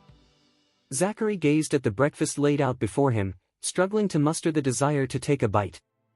Serenity, however, was completely unaware of his hesitation as she eagerly dug into her meal after setting everything up. She then went back to her project of creating a mini garden on the balcony. After a lengthy silence, Zachary finally reached for a bacon wrap and took a bite. While the wrap was a bit greasy, the flavor was quite satisfying. No one could tell if the bacon's fat was healthy or if it had been cooked under safe conditions, but he thought, never mind. An occasional wrap won't be the end of me. At that moment, Zachary felt a twinge of regret for hiding his true identity as the heir of the York family from Wiltspoon. He was complicating his life by trying to present himself as just an average wage earner. Serenity, he began. Chapter 30. Home, married at first sight. What's the matter, Mr. York? Serenity's voice floated up from the balcony. As Zachary chewed on his wrap, he walked toward the balcony. Your sister's issue isn't something to stress over. The vehicle in question belongs to one of our key clients. I realized this last night, so I reached out to Mr. Lewis. He mentioned that the repairs would cost around $10,000. Even though Serenity seemed lively while tending to the plants, Zachary noticed she wasn't quite herself, likely due to a restless night. Her sister's troubles were clearly affecting her sleep. Serenity lifted her chin to watch him eat, contemplating how easily satisfied Zachary was when it came to food. How can you be certain it's your company's client's car? She inquired. Her sister had no idea who owned the car. All she knew was that he was a big, intimidating man with a noticeable scar on his face, and Sonny had been genuinely frightened of him. I helped Mr. Lewis when he visited our office yesterday morning. I noticed a scratch on his car, so I asked him about it. He explained that a woman with a baby accidentally bumped a stroller into his vehicle.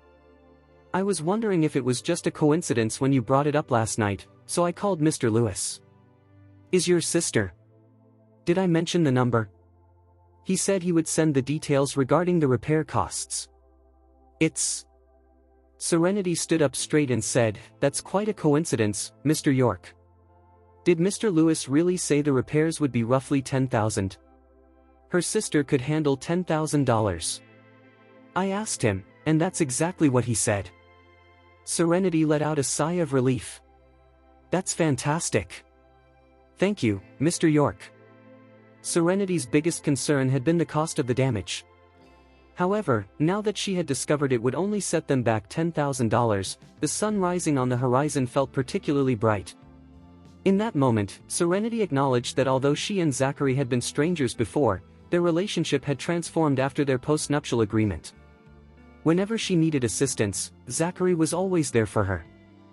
He was a reliable and capable man, much like a sturdy shoulder to lean on. Thank you, she said, relief washing over her face, which in turn lifted Zachary's spirits too. Just then, Serenity's phone rang. It was her sister, Liberty. Liberty, I was just about to reach out to you. I told my husband about your incident. By sheer luck, the owner of the car happens to be one of Zachary's clients. Zachary inquired about the repairs, and it looks like it will be around $10,000. Do you think you can manage that? Serenity had barely slept a wink worrying about the situation, and Liberty must have had an even tougher night. In the past, the prospect of compensation wouldn't have been a problem for her, especially when she was earning a good income. Now, however, as a full-time housewife without a paycheck, things were different.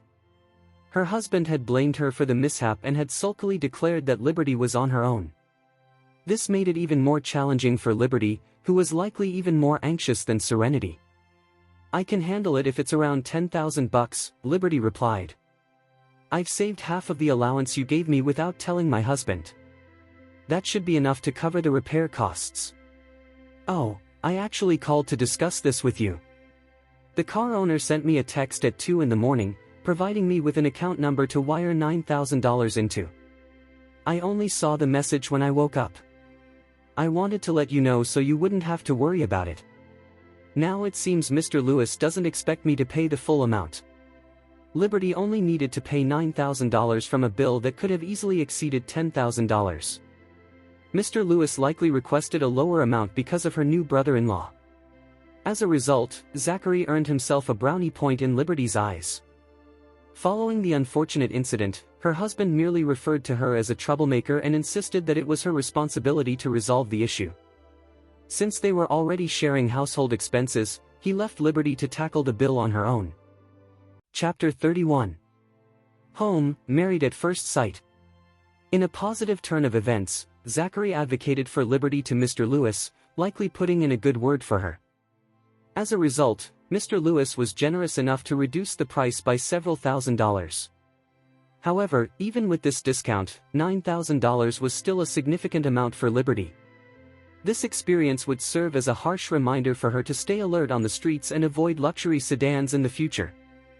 "Is your husband returning soon?" Liberty inquired. "Yes, he'll be back tomorrow," came the reply. "That's wonderful. My husband and I plan to arrive early. Are you cooking? I'd love to help." Having spent many years living independently with her sister, Liberty had cultivated a solid grasp on her career, social interactions, and household responsibilities. However, now that she was tied down with a child and without a steady income, her husband was encouraging her to embrace the role of a housewife. The sisters exchanged light conversation over the phone before wrapping up the call. "Mr. York, do you work late every single day?" "Why do you ask?" "With the weekend approaching, Nana and your parents will be joining us for dinner. We need to freshen up the place. I'm considering shopping for furniture in the next few days to get what we need." Zachary fell silent. His job consumed a considerable amount of his time, making it challenging to find moments in his hectic schedule to go furniture shopping with her. In response to his quietness, Serenity expressed her understanding. "If you're too busy, I can handle it myself." Zachary finally responded, "That's fine. You're the lady of the house, so you can make decisions regarding household matters. Just keep me informed about the major decisions." He simply didn't have the bandwidth to manage every little detail at home. "Sure thing.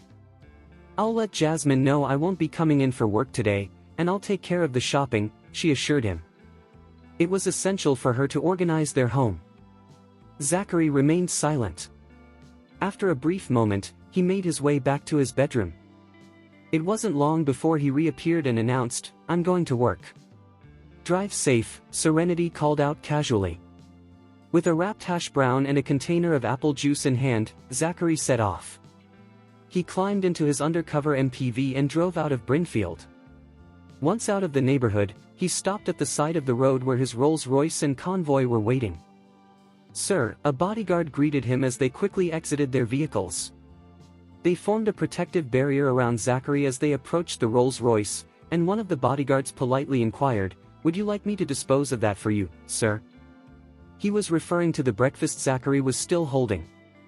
Without responding, Zachary handed over the uneaten hash brown to the bodyguard, leaving it to their discretion. Once the car door was closed, the vehicle purred to life and smoothly integrated into the flow of traffic. Meanwhile, Serenity spent her day bustling around, diligently filling in all the gaps to make the house feel like home. The online order of kitchenware also arrived at the house. Zachary returned home late that evening, finding Serenity already fast asleep. Taking care not to disturb her, he quietly navigated through the house, admiring her vision of a home. It was clear she had taken the time to appreciate the little details. Perhaps she wasn't the scheming which he had initially thought. Maybe Serenity was simply seeking a genuine place to call home, especially after having lived under her sister and brother-in-law's roof. Of course, Zachary understood that he needed more than just a few days to truly gauge Serenity's character. He wasn't one to rush to conclusions. Only time would unveil a person's true nature. Their daily interactions would either highlight her genuine self or expose something less desirable. Time seemed to fly by during the busiest periods. Before they knew it, Saturday had arrived. Chapter 32. Home, Married at First Sight. Last night, Serenity stayed up late, eagerly waiting for Zachary to return home so they could discuss their grocery shopping plans for Saturday morning. To ensure everything was in order, Serenity had called Nana the previous night to get a head count. It turned out that Zachary's brothers and cousins would be joining them as well. Nana believed that since Serenity was married to Zachary, she was now part of the York family. Her intention was to gather everyone together to introduce them and strengthen family bonds. Given the amount of food they would need to buy, Serenity realized she couldn't carry all the groceries by herself. So, she asked Zachary to drive her to the market. As he had the previous day, Zachary was abruptly awakened by Serenity's cheerful morning call at 6 o'clock sharp. Still groggy from the early wake-up, Zachary suppressed his irritation to avoid snapping at Serenity. "Mr. York," Serenity greeted him, her bright voice cutting through the morning gloom. With his brows furrowed, Zachary responded gruffly, "Give me 10 minutes. "Sure. I made some pancakes. Come and have some once you're ready." "We can head to the market after breakfast," she replied cheerfully. Zachary couldn't help but ask, "What time did you get up?" It was only 6 in the morning, yet Serenity already had breakfast prepared. "About 5, she answered. Preparing a feast for everyone was no small task, and Serenity had started early to make sure everything would be perfect. Without saying another word, Zachary ended the call. He appreciated Serenity's enthusiasm about meeting his family. It meant more to him than he cared to admit. 10 minutes later, Zachary walked to the dining table, dressed casually. Serenity was already enjoying her breakfast. Smiling, she urged him, "Try my pancakes. My sister says I make the best pancakes." Zachary glanced at the spread before him, intrigued by her cooking. The breakfast looked enticing, with pancakes that were golden and fluffy. Zachary couldn't resist and finished an entire plate. They were indeed delicious, a clear testament to Serenity's culinary skills. In that regard, he felt fortunate. Zachary preferred her home-cooked meals to takeout any day. Meanwhile, Serenity cleared the table and washed the dishes in the kitchen. "Mr. York, do you only own dark-colored clothes?" she asked playfully.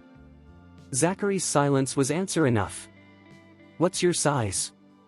I could add some color to your wardrobe during my next shopping trip. You already look stern, and dark clothes make you seem even more unapproachable."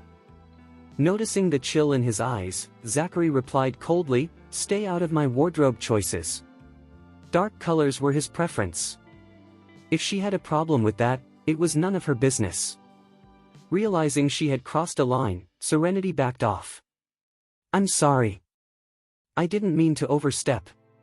Everyone has their own tastes, I shouldn't impose mine on you." Zachary let the matter drop and walked out to the balcony. The quiet view of the small garden gradually eased the tension etched into his face. A few minutes later, Serenity grabbed her purse and called out, "Let's go, Mr. York." Zachary returned from the balcony without a word, picked up his keys, and they left the house together. Both of them deliberately avoided mentioning the earlier disagreement. As they moved through their shared space, it was clear they were still learning how to live with one another. More unexpected clashes were bound to happen in the future. Serenity had a sharp eye for detail and had already planned the menu for the day, carefully listing all the required ingredients. With her shopping list prepared, gathering the items would be straightforward. Despite their differences, there was an unspoken admiration for Serenity's practical and organized approach to life. Chapter 33. Home, Married at First Sight. The shopping trip lasted a full 2 hours. Accustomed to 5-star transportation and effortless convenience, Zachary felt utterly exhausted after acting as Serenity's personal porter throughout the entire shopping expedition. Despite years of self-defense training and a strict fitness routine, nothing had prepared him for this ordeal. In truth, he would rather be buried under endless meetings and paperwork than endure another shopping trip with a woman. Just as the car came to a stop, Serenity received a call from Grandma May before stepping out. "Are you home, Serenity?" "We're downstairs," Grandma May asked. Smiling, Serenity replied, "We just got back from the market, Nana. Please wait for us. We'll be right there." "Did you go to the market with Zach?" The question brought a smile to Nana's face. She thought to herself, to think my aloof and prideful grandson would actually lower himself to shop at the market with Serenity. Since Zach had chosen to play the role of a pauper, he might as well experience the life of an ordinary man. "Yes, we went to buy groceries," Serenity confirmed. "Zach has always been busy with work and never had the chance to visit a market." "It's good that you brought him along," Nana said approvingly. "Serenity, make sure Zach does the heavy lifting. He's strong enough. Don't tire yourself out. Zachary couldn't help but wonder if Serenity was actually Grandma May's biological granddaughter instead. As Serenity got out of the car, she held her phone in one hand and opened the rear door with the other. She pulled out a foldable wagon and motioned for Zachary to unfold it. "Don't worry, Nana. I won't overwork myself," Serenity reassured her. Unfortunately, the wagon wasn't big enough to hold everything. In the end, Zachary had to carry most of the bags himself.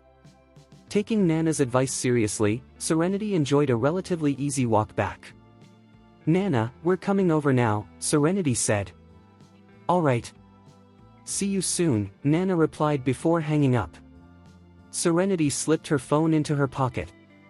Pulling the wagon forward, she chatted casually with Zachary, who was struggling under the weight of multiple grocery bags. "Hurry up, Mr. York.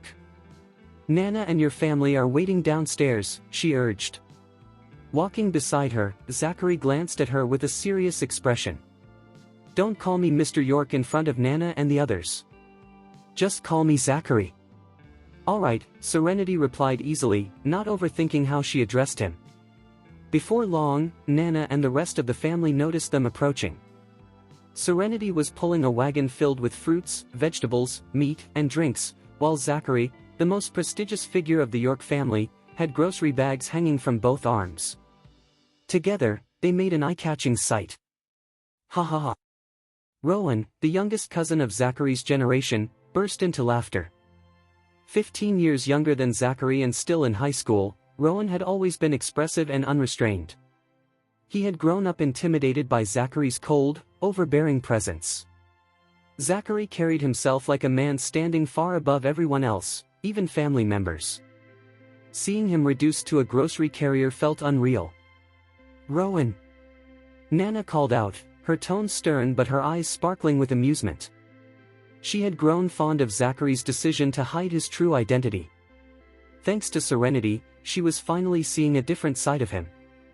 "I can't help it, Nana. Let me laugh a bit longer," Rowan said, still chuckling. Serenity should make Zach hold a spade in one hand and a hoe in the other, maybe even carry a baby on his back.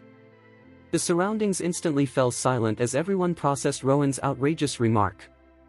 Chapter 34. Home, married at first sight. The image that came to mind was simply unimaginable. "Stay alert and keep our identities hidden from Serenity. Son, just tell her you don't have a pension and that you make a living growing vegetables and flowers. Make sure your stories stay consistent. If you slip up, Zach will come after you. And don't expect me to bail you out." Amused by her grandson's antics, Nana was fully on board with helping Zach maintain his cover.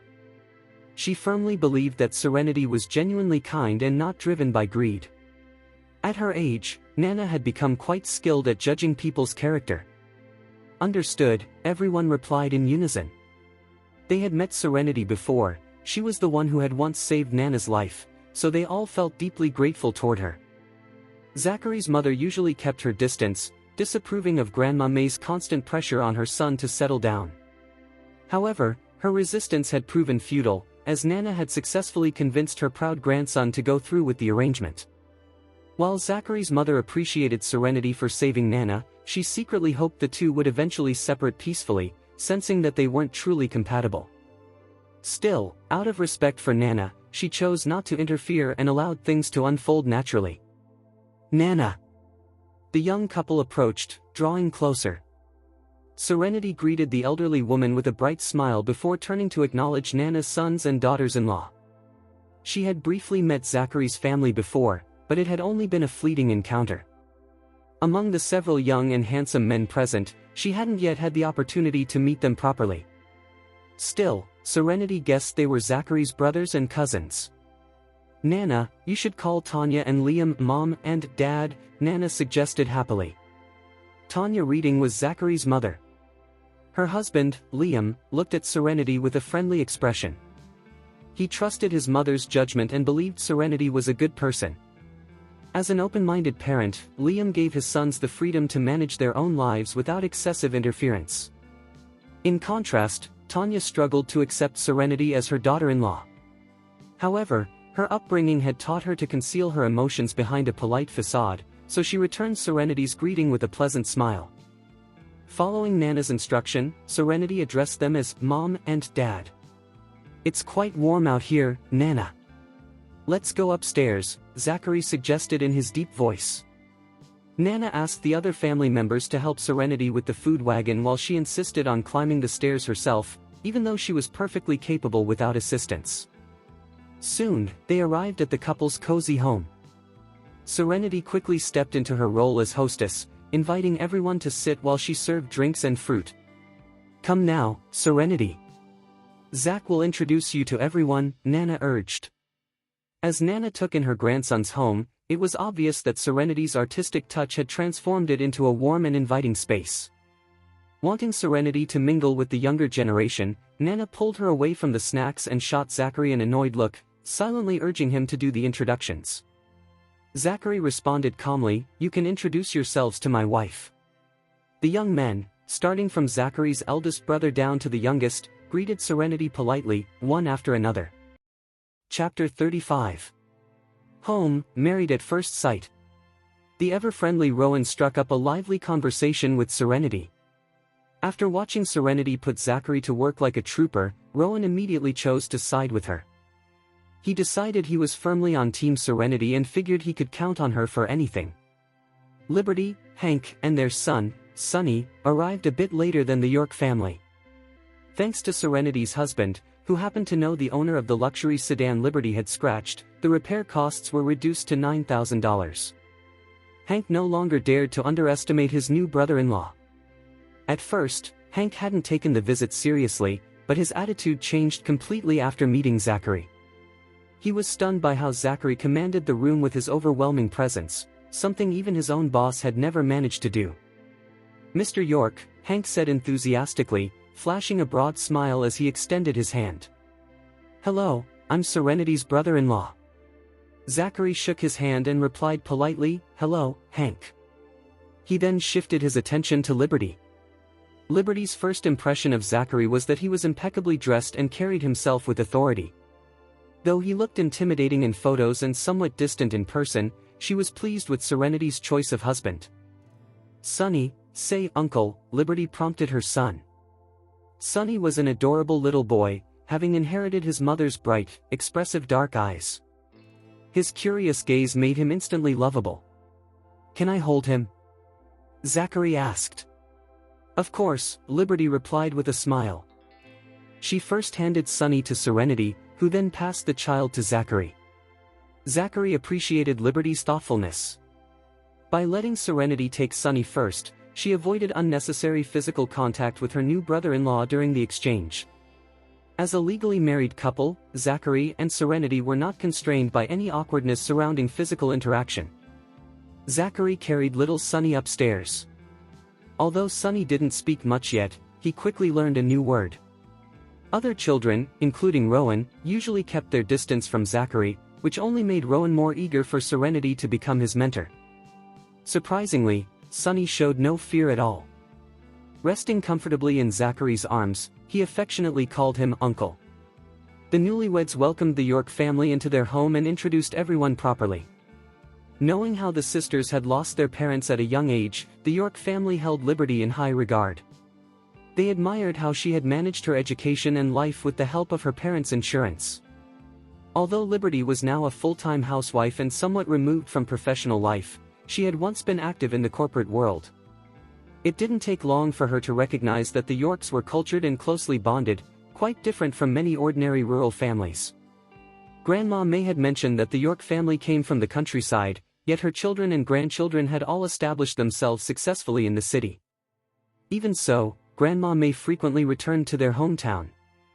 The Yorks owned an estate on the outskirts of the city, complete with farmland, which made Grandma May's stories of rural life sound far more believable. One couldn't help but wonder whether she grew money trees instead of crops. With her sister's family present, Serenity decided it was time to start preparing lunch. To her surprise, Zachary entered the kitchen to help. "I can manage on my own, Mr. York. Why don't you keep our guests company?" she suggested. "My family is comfortable here." They don't need me hovering around, Zachary replied calmly. You could spend some time chatting with my brother-in-law, Serenity suggested. At that moment, the atmosphere grew noticeably colder. From Zachary's perspective, the situation was straightforward. Without hesitation, he replied, I have nothing in common to talk about with Hank. Hank, in Zachary's eyes, was nothing more than an annoying flatterer. Still, despite his irritating behavior, Hank held a managerial position at a reputable company, proof that he wasn't entirely empty-headed. Chapter 36. Zachary felt a strong aversion to being associated with Hank. It wasn't only because Hank's personality grated on him, but also because of Hank's dismissive attitude toward Liberty. Sonny needed a drink, and the milk bottle filled with water sat right in front of Hank on the coffee table. Instead of reaching for it himself, Hank deliberately called Liberty over from across the room to give their son some water. This was only their first interaction, yet Zachary immediately sensed Hank's contempt and lack of respect toward his wife. Hank clearly believed that Liberty had it easy as a stay-at-home mother. Given his upbringing, Zachary had zero tolerance for men who failed to respect their wives. Even though he and Serenity had married on the very day they met, without any prior emotional connection, Zachary was determined to treat Serenity with the respect she deserved. Serenity smiled and said, I see. That's perfectly fine. Kevin is quite eloquent. Hank won't feel awkward with Kevin around, Zachary added. Although Kevin appeared harmless on the surface, he ranked third among Zachary's peers and was, in reality, a wolf in sheep's clothing. He had a talent for pleasant conversation while quietly scheming beneath the surface. You can be my kitchen assistant, Zachary said. Without waiting for a response, he walked straight into the kitchen to help. Both families were pleased to see the young couple working together. Liberty found it especially endearing how Zachary treated Serenity. During lunch, everyone praised Serenity's cooking after tasting her dishes. Perhaps they were simply too accustomed to refined cuisine, which made the warmth and flavor of home-cooked meals even more appealing. The gathering lasted well into the evening. Once the families finally left, tranquility returned to the modest home. Serenity walked inside, collapsed onto the sofa, and stretched out comfortably. Leaning back against the soft cushions, she glanced at the man who had just come up behind her. Ow! I can barely straighten my back, she groaned. Zachary remained silent, his expression calm and unreadable. It was merely a casual remark, and Serenity hadn't expected a response anyway. In fact, she would have found it a bit pretentious if he had reacted. Meanwhile, Zachary quietly tidied the living room, which Sonny had turned into a complete mess, something any child could easily manage. After restoring order to the living room, Zachary headed into the kitchen and put on the apron hanging by the door. He then faced the mountain of dirty dishes piled high in the sink. Zachary doesn't talk much, but he's incredibly considerate. Saren, cherish your married life, Serenity recalled hearing, the words echoing in her mind as she watched him wash the dishes. They reminded her of a private conversation she had once had with Liberty. Liberty's approval of Zachary filled Serenity with a quiet sense of contentment. Just as she was enjoying the moment, a sudden realization hit her.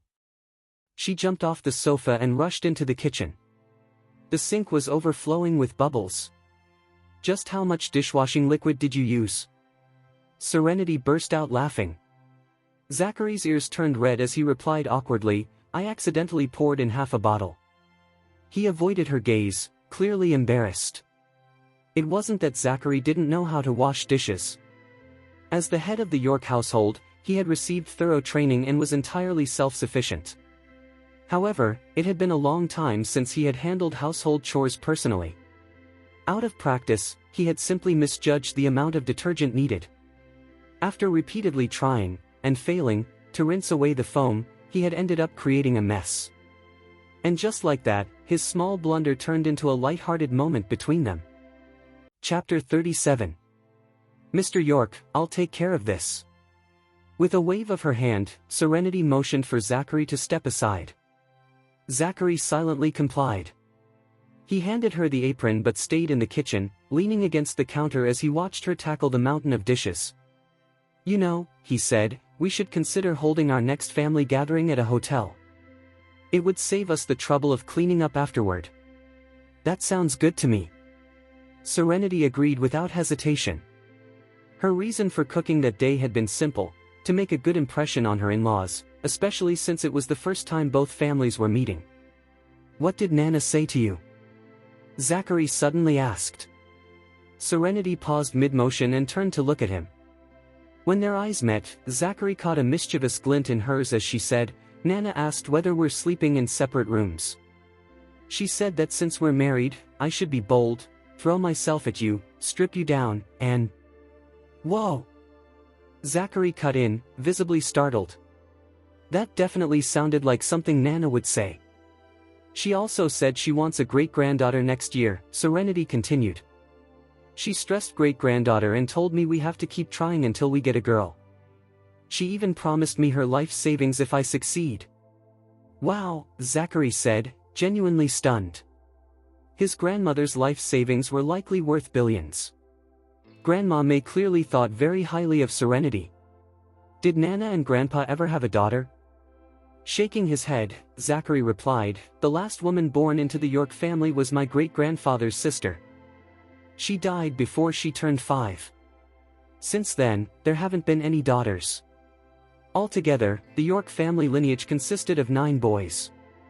While scrubbing the dishes, Serenity smiled and said, "No wonder Nana is willing to give me her life savings. Sounds like Mission Impossible." Zachary took her words the wrong way. He assumed Serenity had finally revealed her true motives, that she was after Nana's wealth.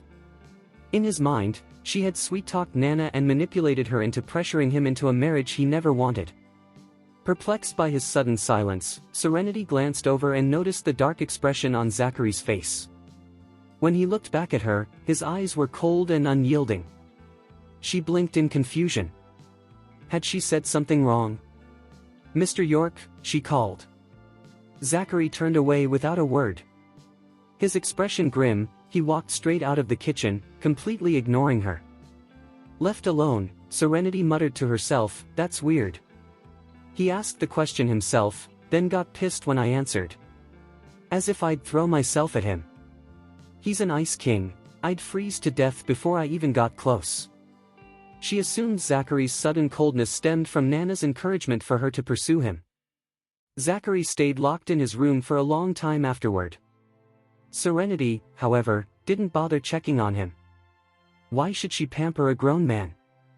Chapter 38. Unfortunately, the young couple was not as close as one might expect. Zachary and Serenity merely shared a living space, each leading separate lives. Even though Zachary was furious with her, Serenity remained unconcerned, as long as he didn't kick her out. After washing the dishes and tidying up the kitchen, Serenity mopped the entire house. Finally, she settled onto her recent acquisition, the balcony swing, and relished the cool night breeze brushing through her hair. This was the life. Moreover, the balcony resembled a quaint little garden.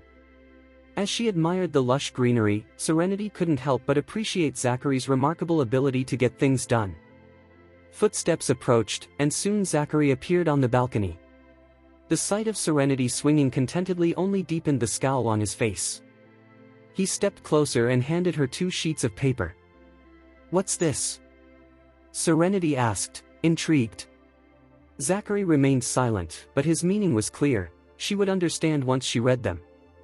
Taking the documents, Serenity began reading the contract printed on the pages. Zachary had prepared 2 copies so each of them could keep one. His signature and personal seal were already affixed. TCH. What was this? Making things official? Balancing on her tiptoes, Serenity pushed off and let the swing sway gently. Leaning back against the chair, she carefully read every line of the contract. The terms and conditions filled the entire page. She focused on the key points. She was forbidden from pursuing any physical intimacy since they were essentially strangers, husband and wife in name only. In short, they would sleep in separate rooms and refrain from any marital obligations. If, within 6 months, they were unable to develop feelings for each other, they would proceed with a friendly divorce. As part of the settlement, Zachary would transfer ownership of the house and the national MPV to Serenity. That was essentially all she would receive from the divorce. Zachary made it clear that Serenity should not expect any access to Nana's assets. Although she would receive a house and a car after the separation, the overall terms were not particularly favorable. Zachary had taken every precaution to protect his wealth and personal integrity from any claims she might attempt to make. Zachary said bluntly, "Serenity, although we're married, it's certainly not out of love. I think it's best to formalize our agreement in writing. Don't worry, anything not specified in the contract will remain unchanged." In other words, she was not to develop feelings for him, expect intimacy, or covet Nana's assets. Surprisingly, Serenity felt no resentment at all. In fact, she understood his need for caution. "I have no intention of claiming Nana's belongings," she replied calmly. "I'm fully capable of taking care of myself. I don't need to rely on any elderly person." In Serenity's eyes, Nana was merely a retiree living on a modest pension of $2,000 to $3,000 a month. Even with occasional support from family, her savings couldn't possibly exceed Serenity's own. The idea of taking something that belonged to someone else had never crossed Serenity's mind. Her quick marriage to Zachary was meant to put an end to the ongoing conflicts between Liberty and Hank. It was also meant to reassure Liberty that Serenity was in good hands. Before registering the marriage, Serenity had even asked Zachary whether he wanted to split expenses, believing shared responsibility would reduce friction between them. Unlike couples such as Liberty and Hank, who married for love, Serenity and Zachary found practicality more suitable. Serenity suddenly studied Zachary from head to toe before smiling and offering a compliment. "Mr. York, it seems God truly blessed you with a handsome face and an impressive physique. Some women might find your cold demeanor irresistible and would probably try hard to win your heart." Zachary's eyes darkened with an unsettling gloom. But Serenity quickly changed her tone, her voice light and cheerful. "Of course, not everyone will be attracted to you. Don't worry, I won't fall for you, and I'm not interested in anything intimate either, Mr. York. I have nothing to add to your contract. Just give me a pen so I can sign. I'll use my fingerprint as a seal since I don't have a stamp." Zachary had prepared himself for a heated confrontation when he drafted the contract, so her reaction caught him off guard. Instead of being offended, she even praised him for his prudence. After a brief silence, he handed her the pen. Chapter 39. Taking the pen, Serenity rose from the swing and walked to the balcony railing. Using the solid concrete surface as support, she signed her name on the contract.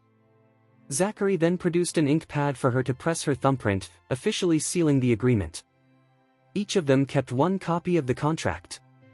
Serenity casually folded hers and slipped it into her pocket. Zachary felt a flicker of irritation at her apparent lack of curiosity. Yet, who was he to complain? He was the one who had drafted the contract. Despite the terms being heavily skewed against her, she hadn't tried to negotiate or demand better conditions. "You've had a long day. You should get some rest," he said. "You too," Serenity replied with a smile. "I'm going to stay here for a while and enjoy the flowers. I've always dreamed of having a balcony full of plants. Now that it's finally come true, I can't get enough of the view." She didn't seem to resent him at all for the contract. Could it be that she had married him without any ulterior motives? Was he simply being paranoid? How else could he explain her calmness, her indifference, and even her happiness? Zachary watched her silently for a moment before deciding to leave her alone. He grabbed his car keys and headed toward the door. From the balcony, Serenity's gentle voice called out, "Are you going out, Mr. York?" "Yeah. Don't wait up for me. Just leave the door unlocked," he replied. Serenity flashed him a grin. "I've never stayed up waiting for you." Zachary froze. Her words felt like a sharp jab, catching him completely off guard. Flustered, he hurried out of the house. He drove to the Lewis residence to drink with Duncan, trying to shake off his irritation. Ironically, Serenity should have been the one feeling embarrassed or upset, yet she remained utterly unbothered. Meanwhile, Zachary found himself struggling with his own restless emotions. He felt unsettled, as though Serenity had brushed him off entirely. Her casual acceptance of the harsh contract terms reflected her overall attitude toward him. Though he was undeniably handsome, Serenity had no intention of falling for him. Despite his impressive physique, the thought of getting intimate with him never crossed her mind. So what the hell was he even upset about? Zachary should have been relieved that she knew her boundaries. At least she wasn't throwing herself at him. Yet no matter how much he tried to rationalize it, he ended up drinking far too much at Duncan's place. Duncan, unfortunately, only made things worse by serving his best liquor, leaving Zachary thoroughly drunk by the end of the night. It was surprising, considering Zachary usually handled alcohol well. That wine must have been exceptionally strong. Duncan, however, fared even worse. He collapsed unconscious while Zachary was still barely able to stay on his feet. Zachary's bodyguards soon arrived to escort him. As the car pulled away, one of them asked, "Where to, sir?" Brinfield," Zachary slurred. He figured it was only right to go home, especially since he and Serenity had just met the parents that day. They dropped him off at Brinfield. Though he could still walk, the bodyguard felt uneasy letting him climb the stairs alone and offered support. "Sir, should I wake the missus?" the bodyguard asked, assuming she would already be asleep at this hour. As Zachary fumbled for his keys, he replied, "No need." Chapter 40. Zachary and Serenity were a married couple in name only. Even though alcohol clouded Zachary's mind, he felt no need for Serenity to help him. He knew all too well that she might take advantage of his drunken state. At 30 years old, Zachary had never shared his first kiss with anyone. Moreover, his chastity remained intact. Romantic experiences had never been part of Zachary's life. Nana often referred to him as a loveless and passionless man. However, because he had no expectations of love, Zachary married Serenity simply to appease Nana. As he rummaged through his pockets, Zachary realized he couldn't find his house keys. He muttered, "Jim, maybe you should wake the missus." It seemed he had left home without them. The bodyguard promptly knocked on the door. Although Serenity was asleep, she was a light sleeper, and the knocking woke her. As she listened carefully and realized someone was at the door, she suddenly remembered that she was still in her pajamas. Serenity quickly grabbed a winter jacket from her wardrobe and slipped it on before heading to the door. When she opened it, both Zachary and Jim were taken aback by the sight of her wrapped in a thick winter jacket. It was October. While mornings and nights were chilly, the daytime temperature was still warm. Wearing such a heavy jacket clearly didn't suit the weather. "Hello, I'm the designated driver from a chauffeuring service. Your husband is drunk, so I brought him home," Jim explained smoothly, spinning a quick lie. He then handed Zachary and the car keys over to Serenity. Serenity felt like she had been kicked by a mule. Zachary was unexpectedly heavy. "Thank you, mister," she said to Jim. "No problem," Jim replied, stealing a glance at Mr. Zachary. Zachary's drunken state was obvious as Serenity guided him into the house, steadying his staggering steps. She couldn't help scolding him, "Why did you drink so much? You stink of alcohol." Zachary remained silent, but inwardly he cursed, "Whose fault do you think this is?" "Yours." After tossing the car keys onto the coffee table, Serenity helped Zachary to his bedroom door and then let go of him. "The contract states that your bedroom is off limits. This is as far as I can take you. You're on your own now. You can shower tomorrow. I'm afraid you might drown in the bathroom like this." Zachary opened his bedroom door and staggered inside. After taking a few steps, he turned back and asked, "Why are you wearing such a thick jacket on a hot day?" He wondered if the alcohol was messing with his vision. "I didn't have time to change, so I just threw on a jacket to answer the door for you," Serenity explained before shutting the door. Bang! The door slammed shut, cutting off any further conversation between them. Back in her room, Serenity quickly peeled off the jacket and muttered, "It's hot as hell." Once she was gone, Zachary stood there silently for a moment before slowly making his way to the bed and collapsing onto it. He craved the familiarity of his room and soon drifted into a deep sleep. He didn't wake up until the next afternoon.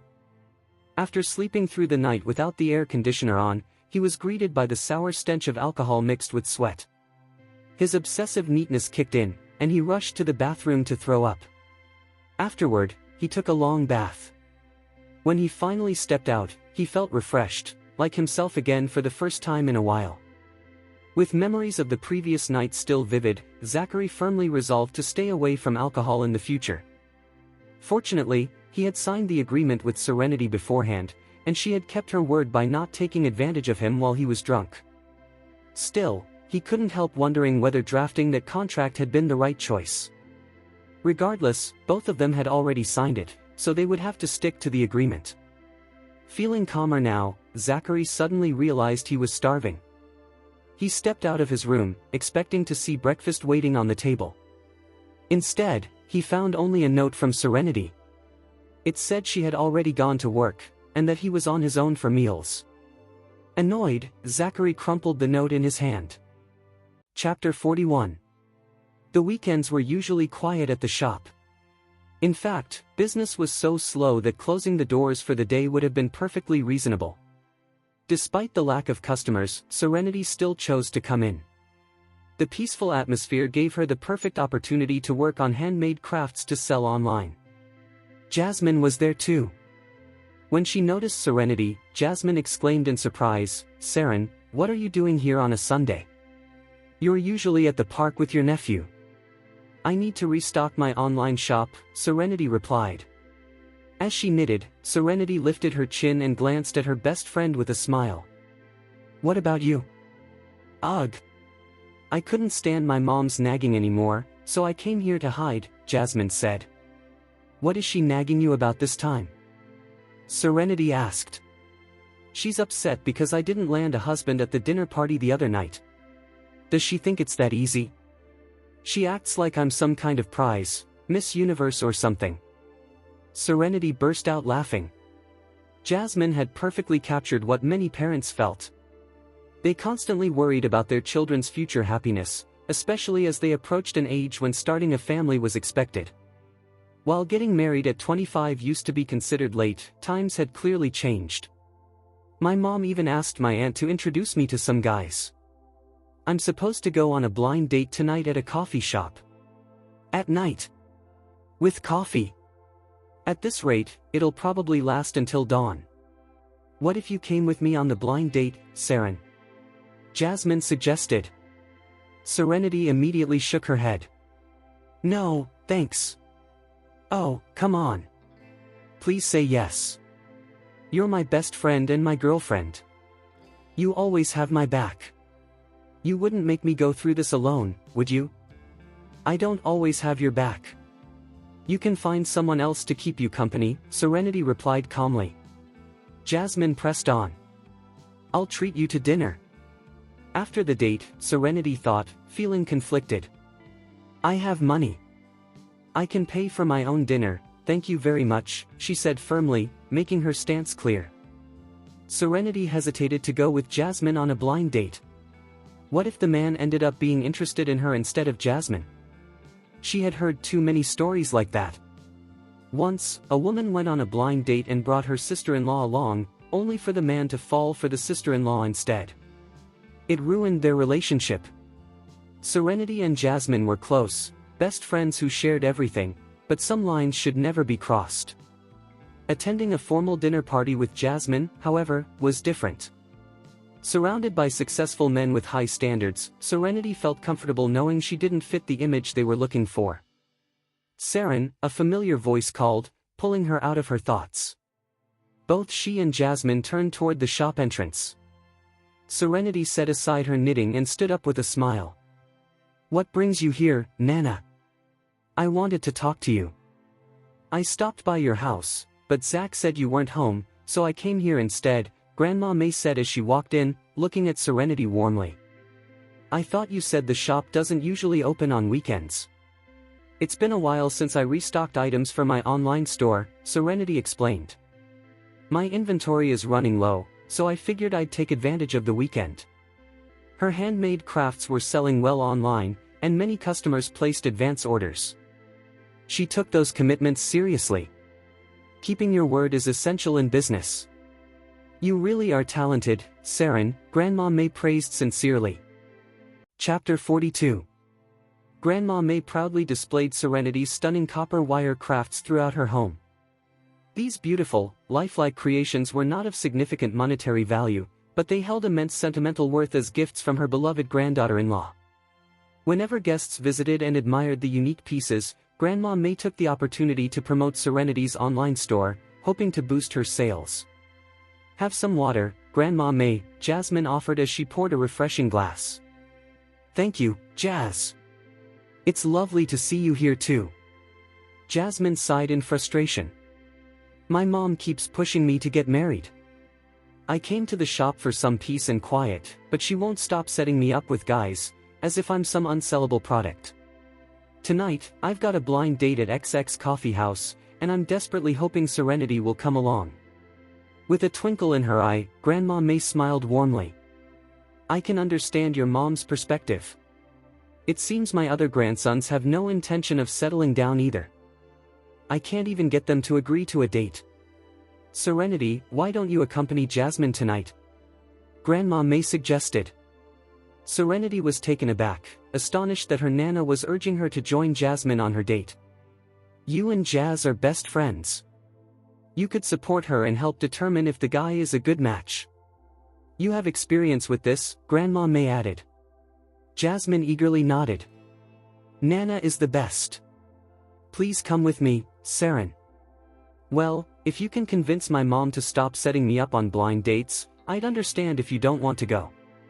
With Grandma May backing her up, Serenity realized she had little choice but to relent for the sake of harmony. "All right, just this once." "And that's it," Jasmine concluded, beaming with satisfaction. "Yay! You're the best," Serenity replied, excitement evident in her voice. Smiling, Jasmine said, "Grandma May, I'll leave you and Seren to chat. I need to shop for some stuff." This left Serenity and Grandma May with some quality Nana and granddaughter-in-law time. Once Jasmine had stepped out, Grandma May pulled out a piece of paper and handed it to Serenity. "What's this, Nana? Did you write me a love letter?" Serenity teased, intrigued. Grandma May chuckled. "Cheeky girl. These are some of Zach's habits and hobbies. Take a look. This list should help you two get along better. Seren, even though you and Zach entered this marriage without love, those feelings can be cultivated. Tear down your defensive walls and really get to know one another. I believe you'll soon discover a mutual attraction." Serenity unfolded the paper, reflecting on the contract Zachary had made her sign.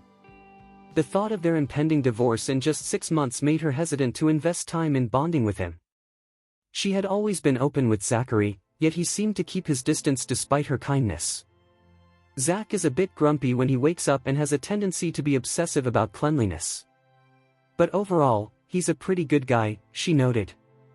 Grandma May hoped that Serenity and Zachary would eventually fall for each other and grow old together. Serenity was taken aback. "He's a grump in the morning." "Absolutely. Unless his body clock wakes him up, he'll unleash fury on anyone who dares disturb him from his sleep. Even I wouldn't risk waking him," Grandma May replied with a grin. Serenity recalled how she had called Zachary in the mornings before and had to coax him out of bed, but she didn't remember him ever being angry. Was Grandma May telling the truth? Perhaps Zachary had been managing his temper well since they had just tied the knot. "Seren, did you? Last night, you," Nana began with a blink, prompting Serenity to catch on. With a blush creeping across her face, Serenity responded, "Nana, I'm a girl. You can't really expect me to just leap at a man. And not just any man, but Zachary, to be precise." Chapter 43. With a warm smile, Grandma May said, "Why can't you? You're legally married. Zach isn't stepping up to the plate, so it's your turn to give me a great-grandchild." Serenity felt a blush rise to her cheeks. "Nana, I'll be honest. I just can't seem to do that when I look at your grandson's stoic face." "Nana." Just like his grandfather, Zachary naturally had a serious and detached demeanor. It had taken Grandma May years to soften the heart of Zachary's grandfather when she first met him. "Even if I wanted to, he would freeze me out before I could get anywhere near him. He gives me the creeps." "Nana." But don't worry about Zachary and me, Nana. Things will unfold in their own time. Serenity viewed their current living situation as simply being roommates. However, that didn't stop Grandma May from worrying. As her chosen granddaughter-in-law, Grandma May had gone to great lengths to make the marriage happen, even against the wishes of her son and daughter-in-law. She would feel crushed if Serenity were unhappy in her marriage. Alright then. I'll leave you two to it, I suppose. Just do your thing while I tidy up the place for you. Grandma May was not one to sit idly at home. She often helped manage the plants with the gardeners. In her earlier years, she assisted with the estate's fields but had stopped due to her children's persistent advice against it. Grandma May had even considered applying for a cleaning job at the family-owned company, but a single stern look from Zachary killed that idea instantly. This wasn't the first time Grandma May had come by the shop to chat with Serenity. Serenity understood it was challenging for Nana to take it easy after a lifetime of hard work. Since cleaning didn't require much effort, she let Grandma May busy herself while she focused on other things. While Grandma May was dusting the bookshelves, she noticed how charming Serenity looked, completely engrossed in her craft. Seizing the moment, Grandma May discreetly pulled out her phone and positioned herself behind the shelf to record a video of Serenity at work. Without hesitation, she sent the video to her dear grandson, Zachary. However, Grandma May knew that Zachary might not respond. Regardless, it didn't concern her. What mattered was that he would see the video. Serenity was like a captivating book, filled with surprises waiting to be discovered, and Grandma May was determined to get her grandson intrigued enough to start reading. Time had a way of slipping away when one was focused on a task. By the time Serenity completed all her pre-orders, it was already past 6 in the evening. Jasmine had a date scheduled for 7:30. The date was set to take place at Beans and Cream, Wildspoon's trendiest coffee house, located right in the city center. The owner had invested in soundproofing, making it a peaceful escape from the bustling city. It was a perfect spot for relaxation, away from the interruptions of daily life. Beans and Cream was thriving, attracting many visitors, including those who weren't even coffee enthusiasts. They came just to enjoy the calm atmosphere. Jasmine arrived to pick up her best friend on a motorbike. When Grandma May saw Jasmine's mode of transport, she asked, "Jazz, why don't you just walk there?" After taking off her helmet, Jasmine flashed a grin and replied, "I love the thrill of riding with the wind. The traffic is terrible at this hour, but that won't slow me down.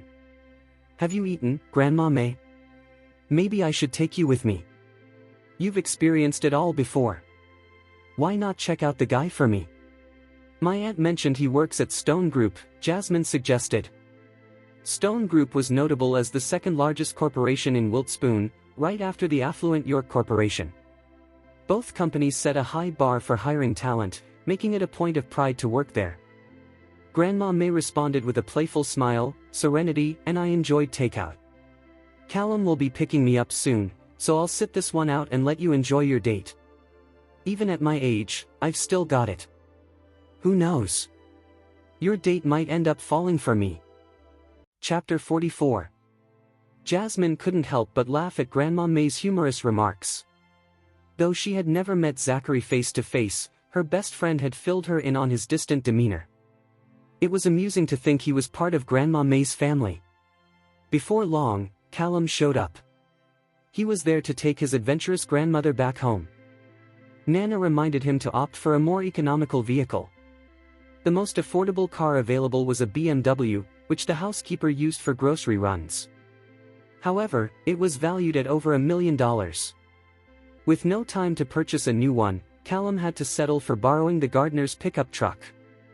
"Serenity, I'm here to take Nana home," he announced as he entered the shop. Callum greeted Serenity, who responded, "Drive safe. Nana, please send me a message when you get home." She then handed them the crafts she had created that day, including a copper wire miniature tree for Callum.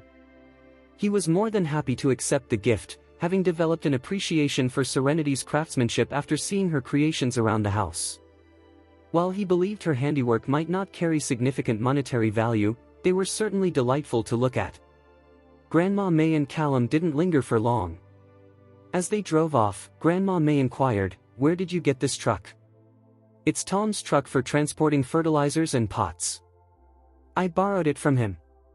We don't want Serenity getting suspicious, do we? Callum replied. Since Zachary chose to keep his wealth hidden from Serenity, the entire family had to play along with the charade. Regardless, it was all in good fun.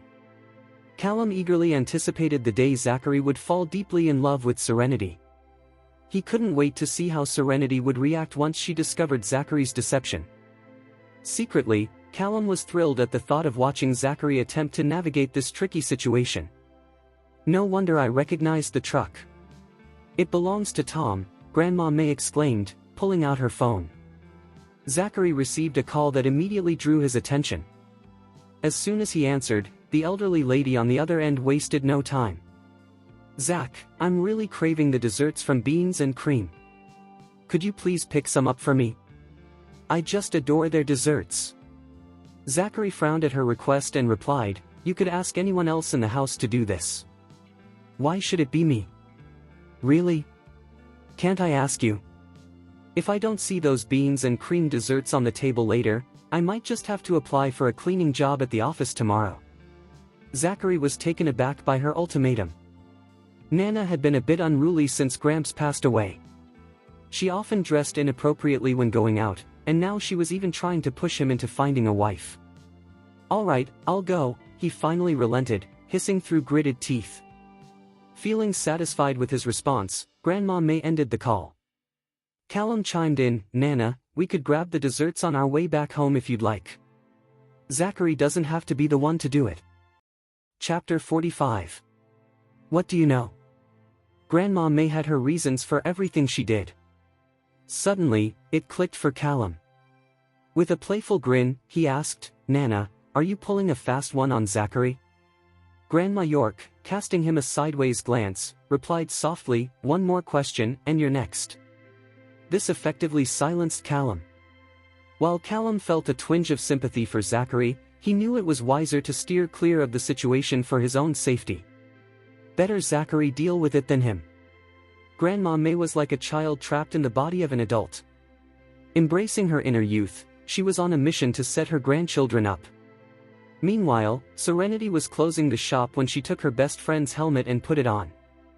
She grabbed the keys and declared, I'll handle it. In the back, Jasmine wrapped her arms around Serenity's waist and joked, If only you were a man, Serenity. I'd marry you right now, and that would get my mom off my back. Just hold still.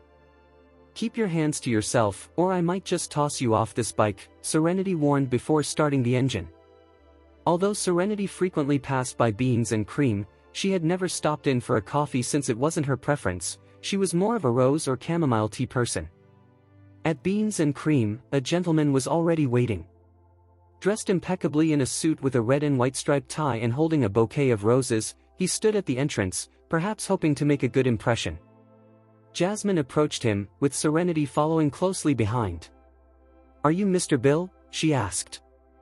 Mr. Bill looked Jasmine and Serenity up and down, unsure of who his date for the evening was. He had been given a photograph of her, and while he could tell the girl was attractive, her face was a blur in his memory. He had been instructed to wait by the door with roses so Miss Socks could easily spot him. Are you Miss Socks? He inquired. Yes, I am, Serenity replied. Mr. Bill then ushered the girls inside. It was a pleasant evening, and he had reserved a table by the window to enjoy a lovely view of the city. As he settled in, he couldn't help but steal a few glances at Serenity.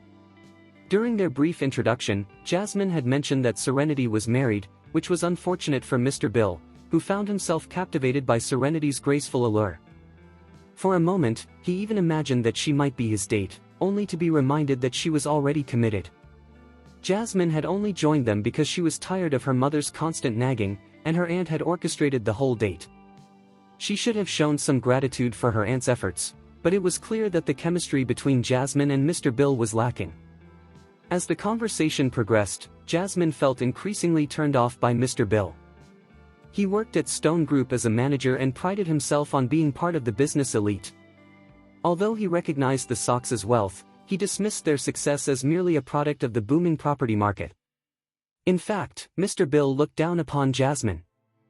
He displayed his sense of superiority by even suggesting that they might go halves on expenses after marriage. At that moment, Serenity, sitting nearby, kicked her best friend under the table, signaling her disapproval of Mr. Bill's attitude. "I need to go to the washroom, Mr. Bill," Jasmine said, cutting off his self-important monologue. She stood up and excused herself, eager to escape the conversation. Once in the restroom, she called her aunt to vent about the dreadful date before reaching out to her mom. Jasmine expressed her frustration, saying she would consider entering a convent if it meant she wouldn't have to endure another blind date with someone like Tom, Dick, or Harry. Mr. Bill was acting all high and mighty simply because he worked at Stone Group, but Jasmine knew he wasn't the CEO. For all she knew, the actual CEO might not be nearly as arrogant. Meanwhile, Serenity, not a fan of Mr. Bill's demeanor either, gazed out the window, choosing to ignore him while her best friend was away. It was during Zachary's visit to the coffee house that everything changed. He had a routine of scanning his surroundings whenever he entered a new place. Little did he know that this time, he would stumble upon his wife sharing a coffee with another man. The unsettling thought crossed his mind: was she cheating on him? Was Serenity eager to find someone better, feeling trapped by their contract? It seemed possible that she wasn't willing to wait for their divorce. Just as Zachary prepared to confront her, Jasmine returned from the restroom. Jasmine exchanged a few words with the man before guiding Serenity away, leaving Zachary in a whirlwind of confusion and concern. Chapter 46. Ms. Socks, please don't rush off. Mr. Bill, still eager to assert his dominance, was hesitant to let Jasmine leave. "I appreciate it, Mr. Bill, but I believe we're just not a good fit. Goodbye." Jasmine was straightforward about her feelings before pulling Serenity away. They walked confidently until Serenity suddenly halted. "What's wrong, Seren?" Jasmine inquired. "It's my husband." "What do you mean?" Before Jasmine could grasp the significance of Serenity's statement, Zachary approached them. His intense gaze was locked onto Serenity, and a smirk played on his lips. Serenity could sense his sarcasm without him uttering a single word. What could he possibly be sarcastic about? Serenity soon found her answer when she turned around and noticed Mr. Bill trailing behind them. She quickly clarified, "I'm just here accompanying my friend Jasmine on her date." Clearly, she was eager to find her next sugar daddy. Zachary remained silent, his expression unreadable. At last, Jasmine got a good look at her best friend's husband. He was undeniably handsome. Concerned that Zachary might misinterpret her admiration, Jasmine quickly attempted to ease the tension. Zachary coldly remarked, "Just don't stay out too late." Serenity then asked, "So, what brings you here?" "Nana asked me to pick up some desserts. She loves the treats from this place." It suddenly struck Zachary that Nana was up to something mischievous. She had sent him to retrieve desserts, fully aware that Serenity would be at the same location. Did Nana think he would feel threatened seeing Serenity with another man? Oh. The couple fell into a comfortable silence after that. Eventually, Serenity broke the quiet, saying, "I need to head out. Come home after you've delivered the desserts to Nana. I'll leave the door unlocked for you." With that, the married couple parted ways. Serenity hopped onto her best friend's bike, while Zachary went off to collect the desserts. Zachary drove his national MPV away from Beans and Cream, heading straight to the Yorks estate.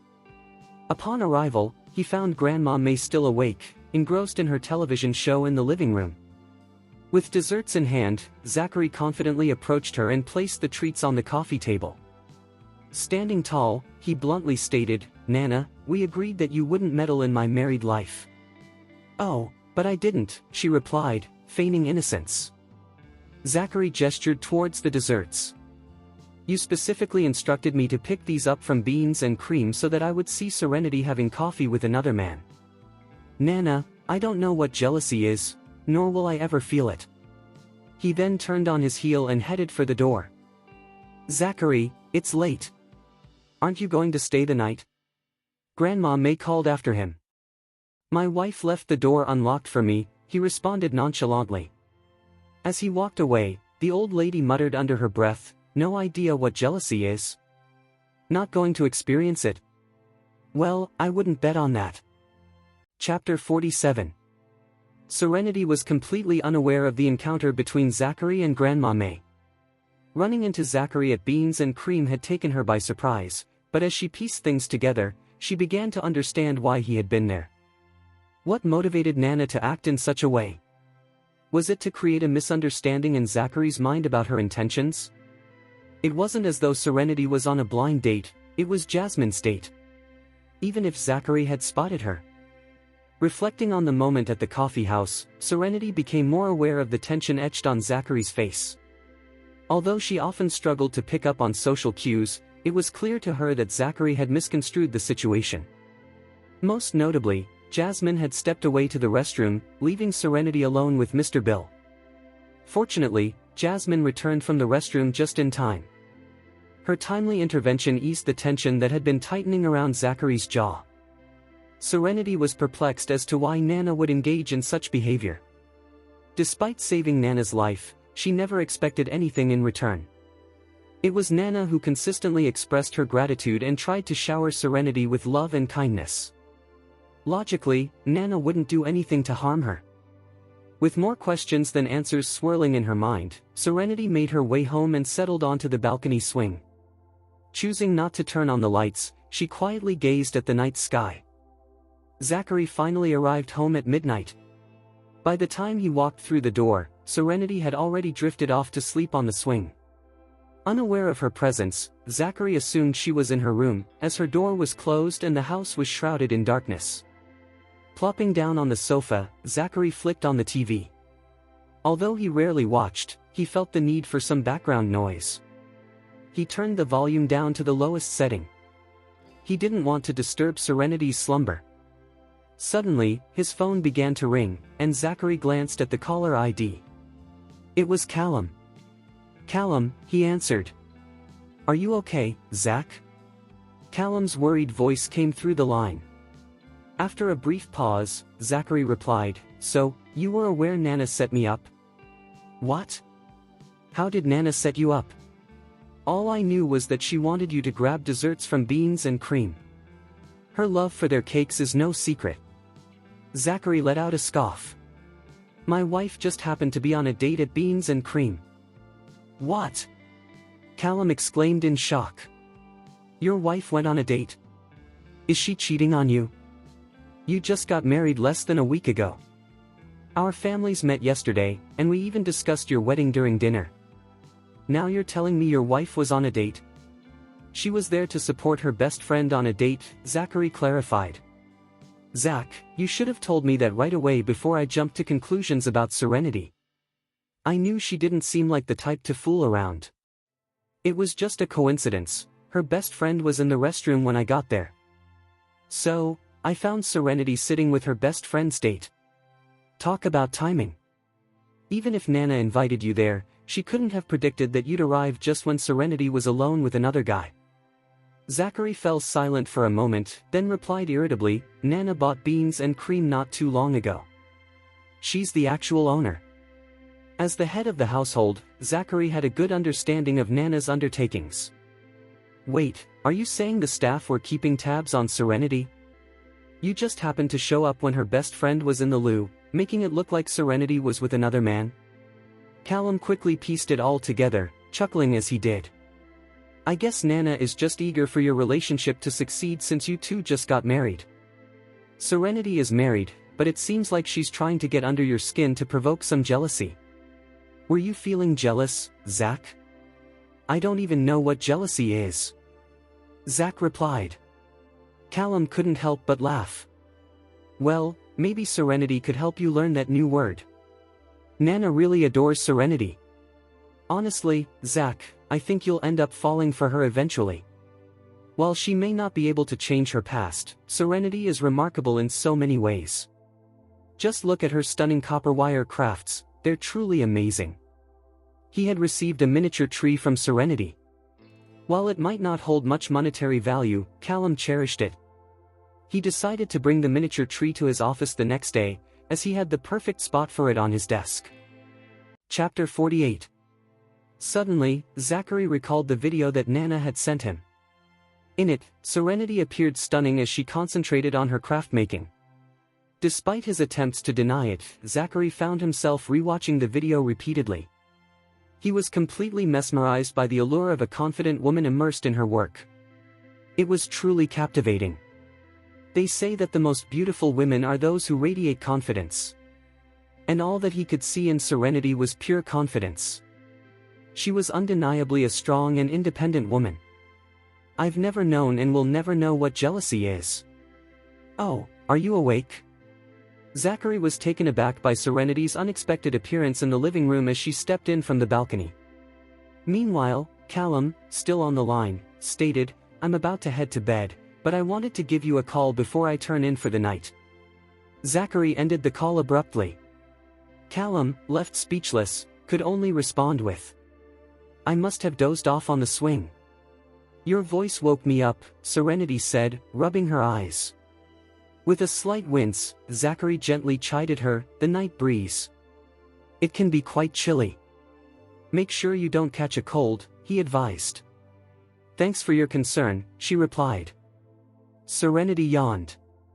"I'm heading to bed now, Mr. York." There was little discussion about the events of the night. Zachary silently watched her walk away to her room, lost in thought. He wondered if she had overheard his conversation with Callum and, if so, how much she had actually caught. Sighing, Zachary realized that with a wife now sharing his space, his sense of privacy had vanished. The next morning at breakfast, he discovered just how much Serenity had listened. On the table lay a dictionary with a page marked at the letter J. Their breakfast consisted of avocado toast, with generous servings for both. A side salad accompanied their meal as well. Serenity retrieved a bottle of dressing from the fridge, adding it to her toast and salad. She pushed the bottle toward Zachary. "Want some? It'll enhance the flavor of your food."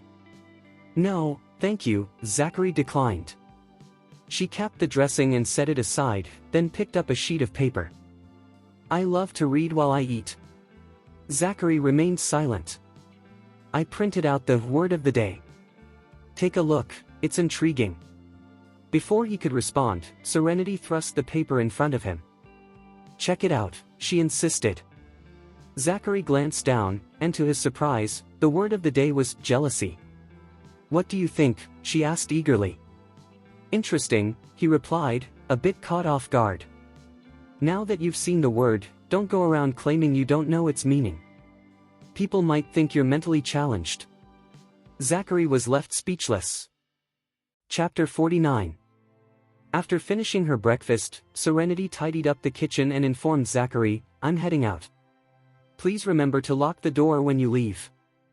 Zachary briefly glanced at her before returning his focus to his toast. "Speaking of which, can I take some of the fruit to my sister's place?" she asked.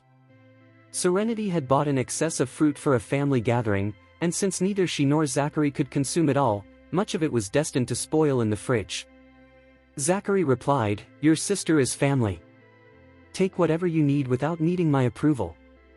You're free to handle household matters unless it's something we need to discuss together. We're not that close, and I'm living in your house. I think it's only respectful to ask you as my husband," Serenity countered. "I'm not one to keep all the good stuff for just my family. I overbought fruit the other day, and it would be a shame for it to go to waste since we can't eat it all. At least your sister can enjoy some before it spoils," he explained. "Okay," Serenity agreed. With his approval, she packed 2 bags of fruit to take to her sister's home. When she arrived, Liberty greeted her, saying, "You really don't need to bring gifts when you visit. I can buy things myself. It's just Zachary and me at home. I might munch on a bit, but Zachary isn't a fan of fruit. It would be a waste to let it go bad. He suggested I give it to you since you're family," Serenity replied. Serenity reflected that she had never seen Zachary eating fruit. He often worked late and retreated to his room upon returning home, so she only caught glimpses of him in the mornings. It didn't seem like he had ever taken any snacks from their home. She suspected that if she didn't prepare breakfast for him, Zachary would revert to eating out like before. He probably hadn't even had a glass of the fruit juice from their kitchen. At that moment, Liberty accepted the bags filled with fruit. Serenity spent some time playing with her nephew before making her way to the shop. With Serenity gone, Zachary took the toast and the paper featuring the word of the day and tossed them into the trash. Although the toast had been delicious at first, the high-carb content of the wheat no longer appealed to him. Along with the leftover breakfast, he also discarded the word of the day. He had reiterated this before, and he would do so again. He would never understand the meaning of jealousy. To avoid any chance of Serenity discovering the paper and breakfast in the bin, Zachary decided to take out the trash himself. The bodyguards were waiting for him downstairs, and since Serenity had already vacated the building, there was no concern about her spotting them. Mr. Zachary's appearance with a trash bag left the bodyguards in disbelief. Throughout the years they had served him, they had always regarded Mr. Zachary as a flawless figure.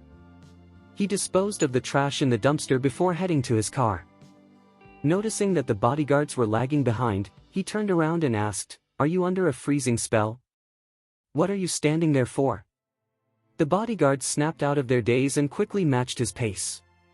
One of the bodyguards was responsible for driving the national MPV to York Corporation each day, while Zachary would drive it back home after work. Half an hour later, a striking red Ferrari suddenly obstructed Zachary's convoy as they approached York Corporation. The owner of the sports car was a woman dressed in red. Her long, wavy hair cascaded down her back, and her exquisite face was adorned with a diamond necklace, a diamond bracelet, and matching diamond earrings. She truly sparkled like a diamond. Stepping out of her car, the woman approached the Rolls-Royce and knocked on the window. Zachary rolled down his car window and called out, "Elisa Stone. You've got just 2 minutes to relocate your car." Chapter 50. Zachary confronted the lady with an icy demeanor. Elisa, cherished by the Stones, was the beloved daughter of the chairman of Stone Group and the twin sister of CEO Clive Stone, making her the most sought-after single woman in town. "Wait a moment, Zachary," she called out. Suddenly inspired, Elisa dashed back to her sports car and retrieved an extravagant bouquet of roses. Upon her return, she thrust the flowers through Zachary's open window, exclaiming, "These are for you, Zachary. I know you and my brother have your differences, but I have feelings for you. I need to confess my love so you can understand that I am your true love." While Stone Group and York Corporation were fierce rivals in business, their relationship was anything but friendly due to competing interests. Elisa had experienced love at first sight when she first spotted Zachary at an event years ago. However, her brother Clive and her parents were not in favor of her affection for Zachary, given the existing tensions between their families. Though Elisa had been spoiled throughout her life, it didn't mean she was naive. She contemplated moving on from Zachary, but as time passed, her memories of him only intensified. In fact, she found it increasingly difficult to resist her feelings for him. Elisa admired Zachary's aloof nature. To her, he exuded a coolness that was irresistible. Noticing that he kept his distance from other women, she viewed this as a challenge to win his heart. Determined to pursue her feelings, Elisa decided to set aside her family's opinions and boldly express her love for Zachary. From this moment forward, she, Elisa Stone, would actively chase after Zachary. However, Zachary's expression darkened. Seizing the bouquet, he flung it away with force. Then, he rolled up the window and coldly ordered the driver, "Drive." "Zachary! Zachary! I love you!" Elisa called after him. "I want your heart!" Elisa yelled as she banged on the car window. Zachary's driver fired up the engine and inquired, "Sir, what about Miss Stone's car?" "Hit it," came the quick response. Instead of accelerating full throttle, the driver kept it steady while one of Zachary's escort vehicles surged forward, colliding with Elisa's $1 million Ferrari and pushing it aside. Bang! The security guards on duty stood frozen, mouths agape at the unexpected scene. With Elisa's car now cleared from the path, Zachary's Rolls-Royce smoothly rolled into the private parking lot of the company. Elisa was left speechless, staring at the wreckage of her pristine sports car. By the time she regained her composure and sprinted after Zachary, the security personnel had already shut the gates. "Zachary," she shouted with urgency. "You have to get me a new car since you crashed mine. You owe me one. I'll hound you every single day until you replace it." The damage to her car stung, but Elisa quickly realized that this could serve as the perfect reason to keep pestering Zachary. She was determined to make her intentions clear. She was after his heart. Regardless of how things unfolded, she was resolute and wouldn't regret her choice. Still, Elisa couldn't help but acknowledge that Zachary's dramatic move to smash her car was undeniably bold. Of course, it would have been preferable if it hadn't been her vehicle that bore the brunt of it. The security guard couldn't help but admire Miss Stone's audacity. Not only did she confront York Corporation with a scene, but she also boldly declared her feelings for Mr. York. Now that took some serious guts.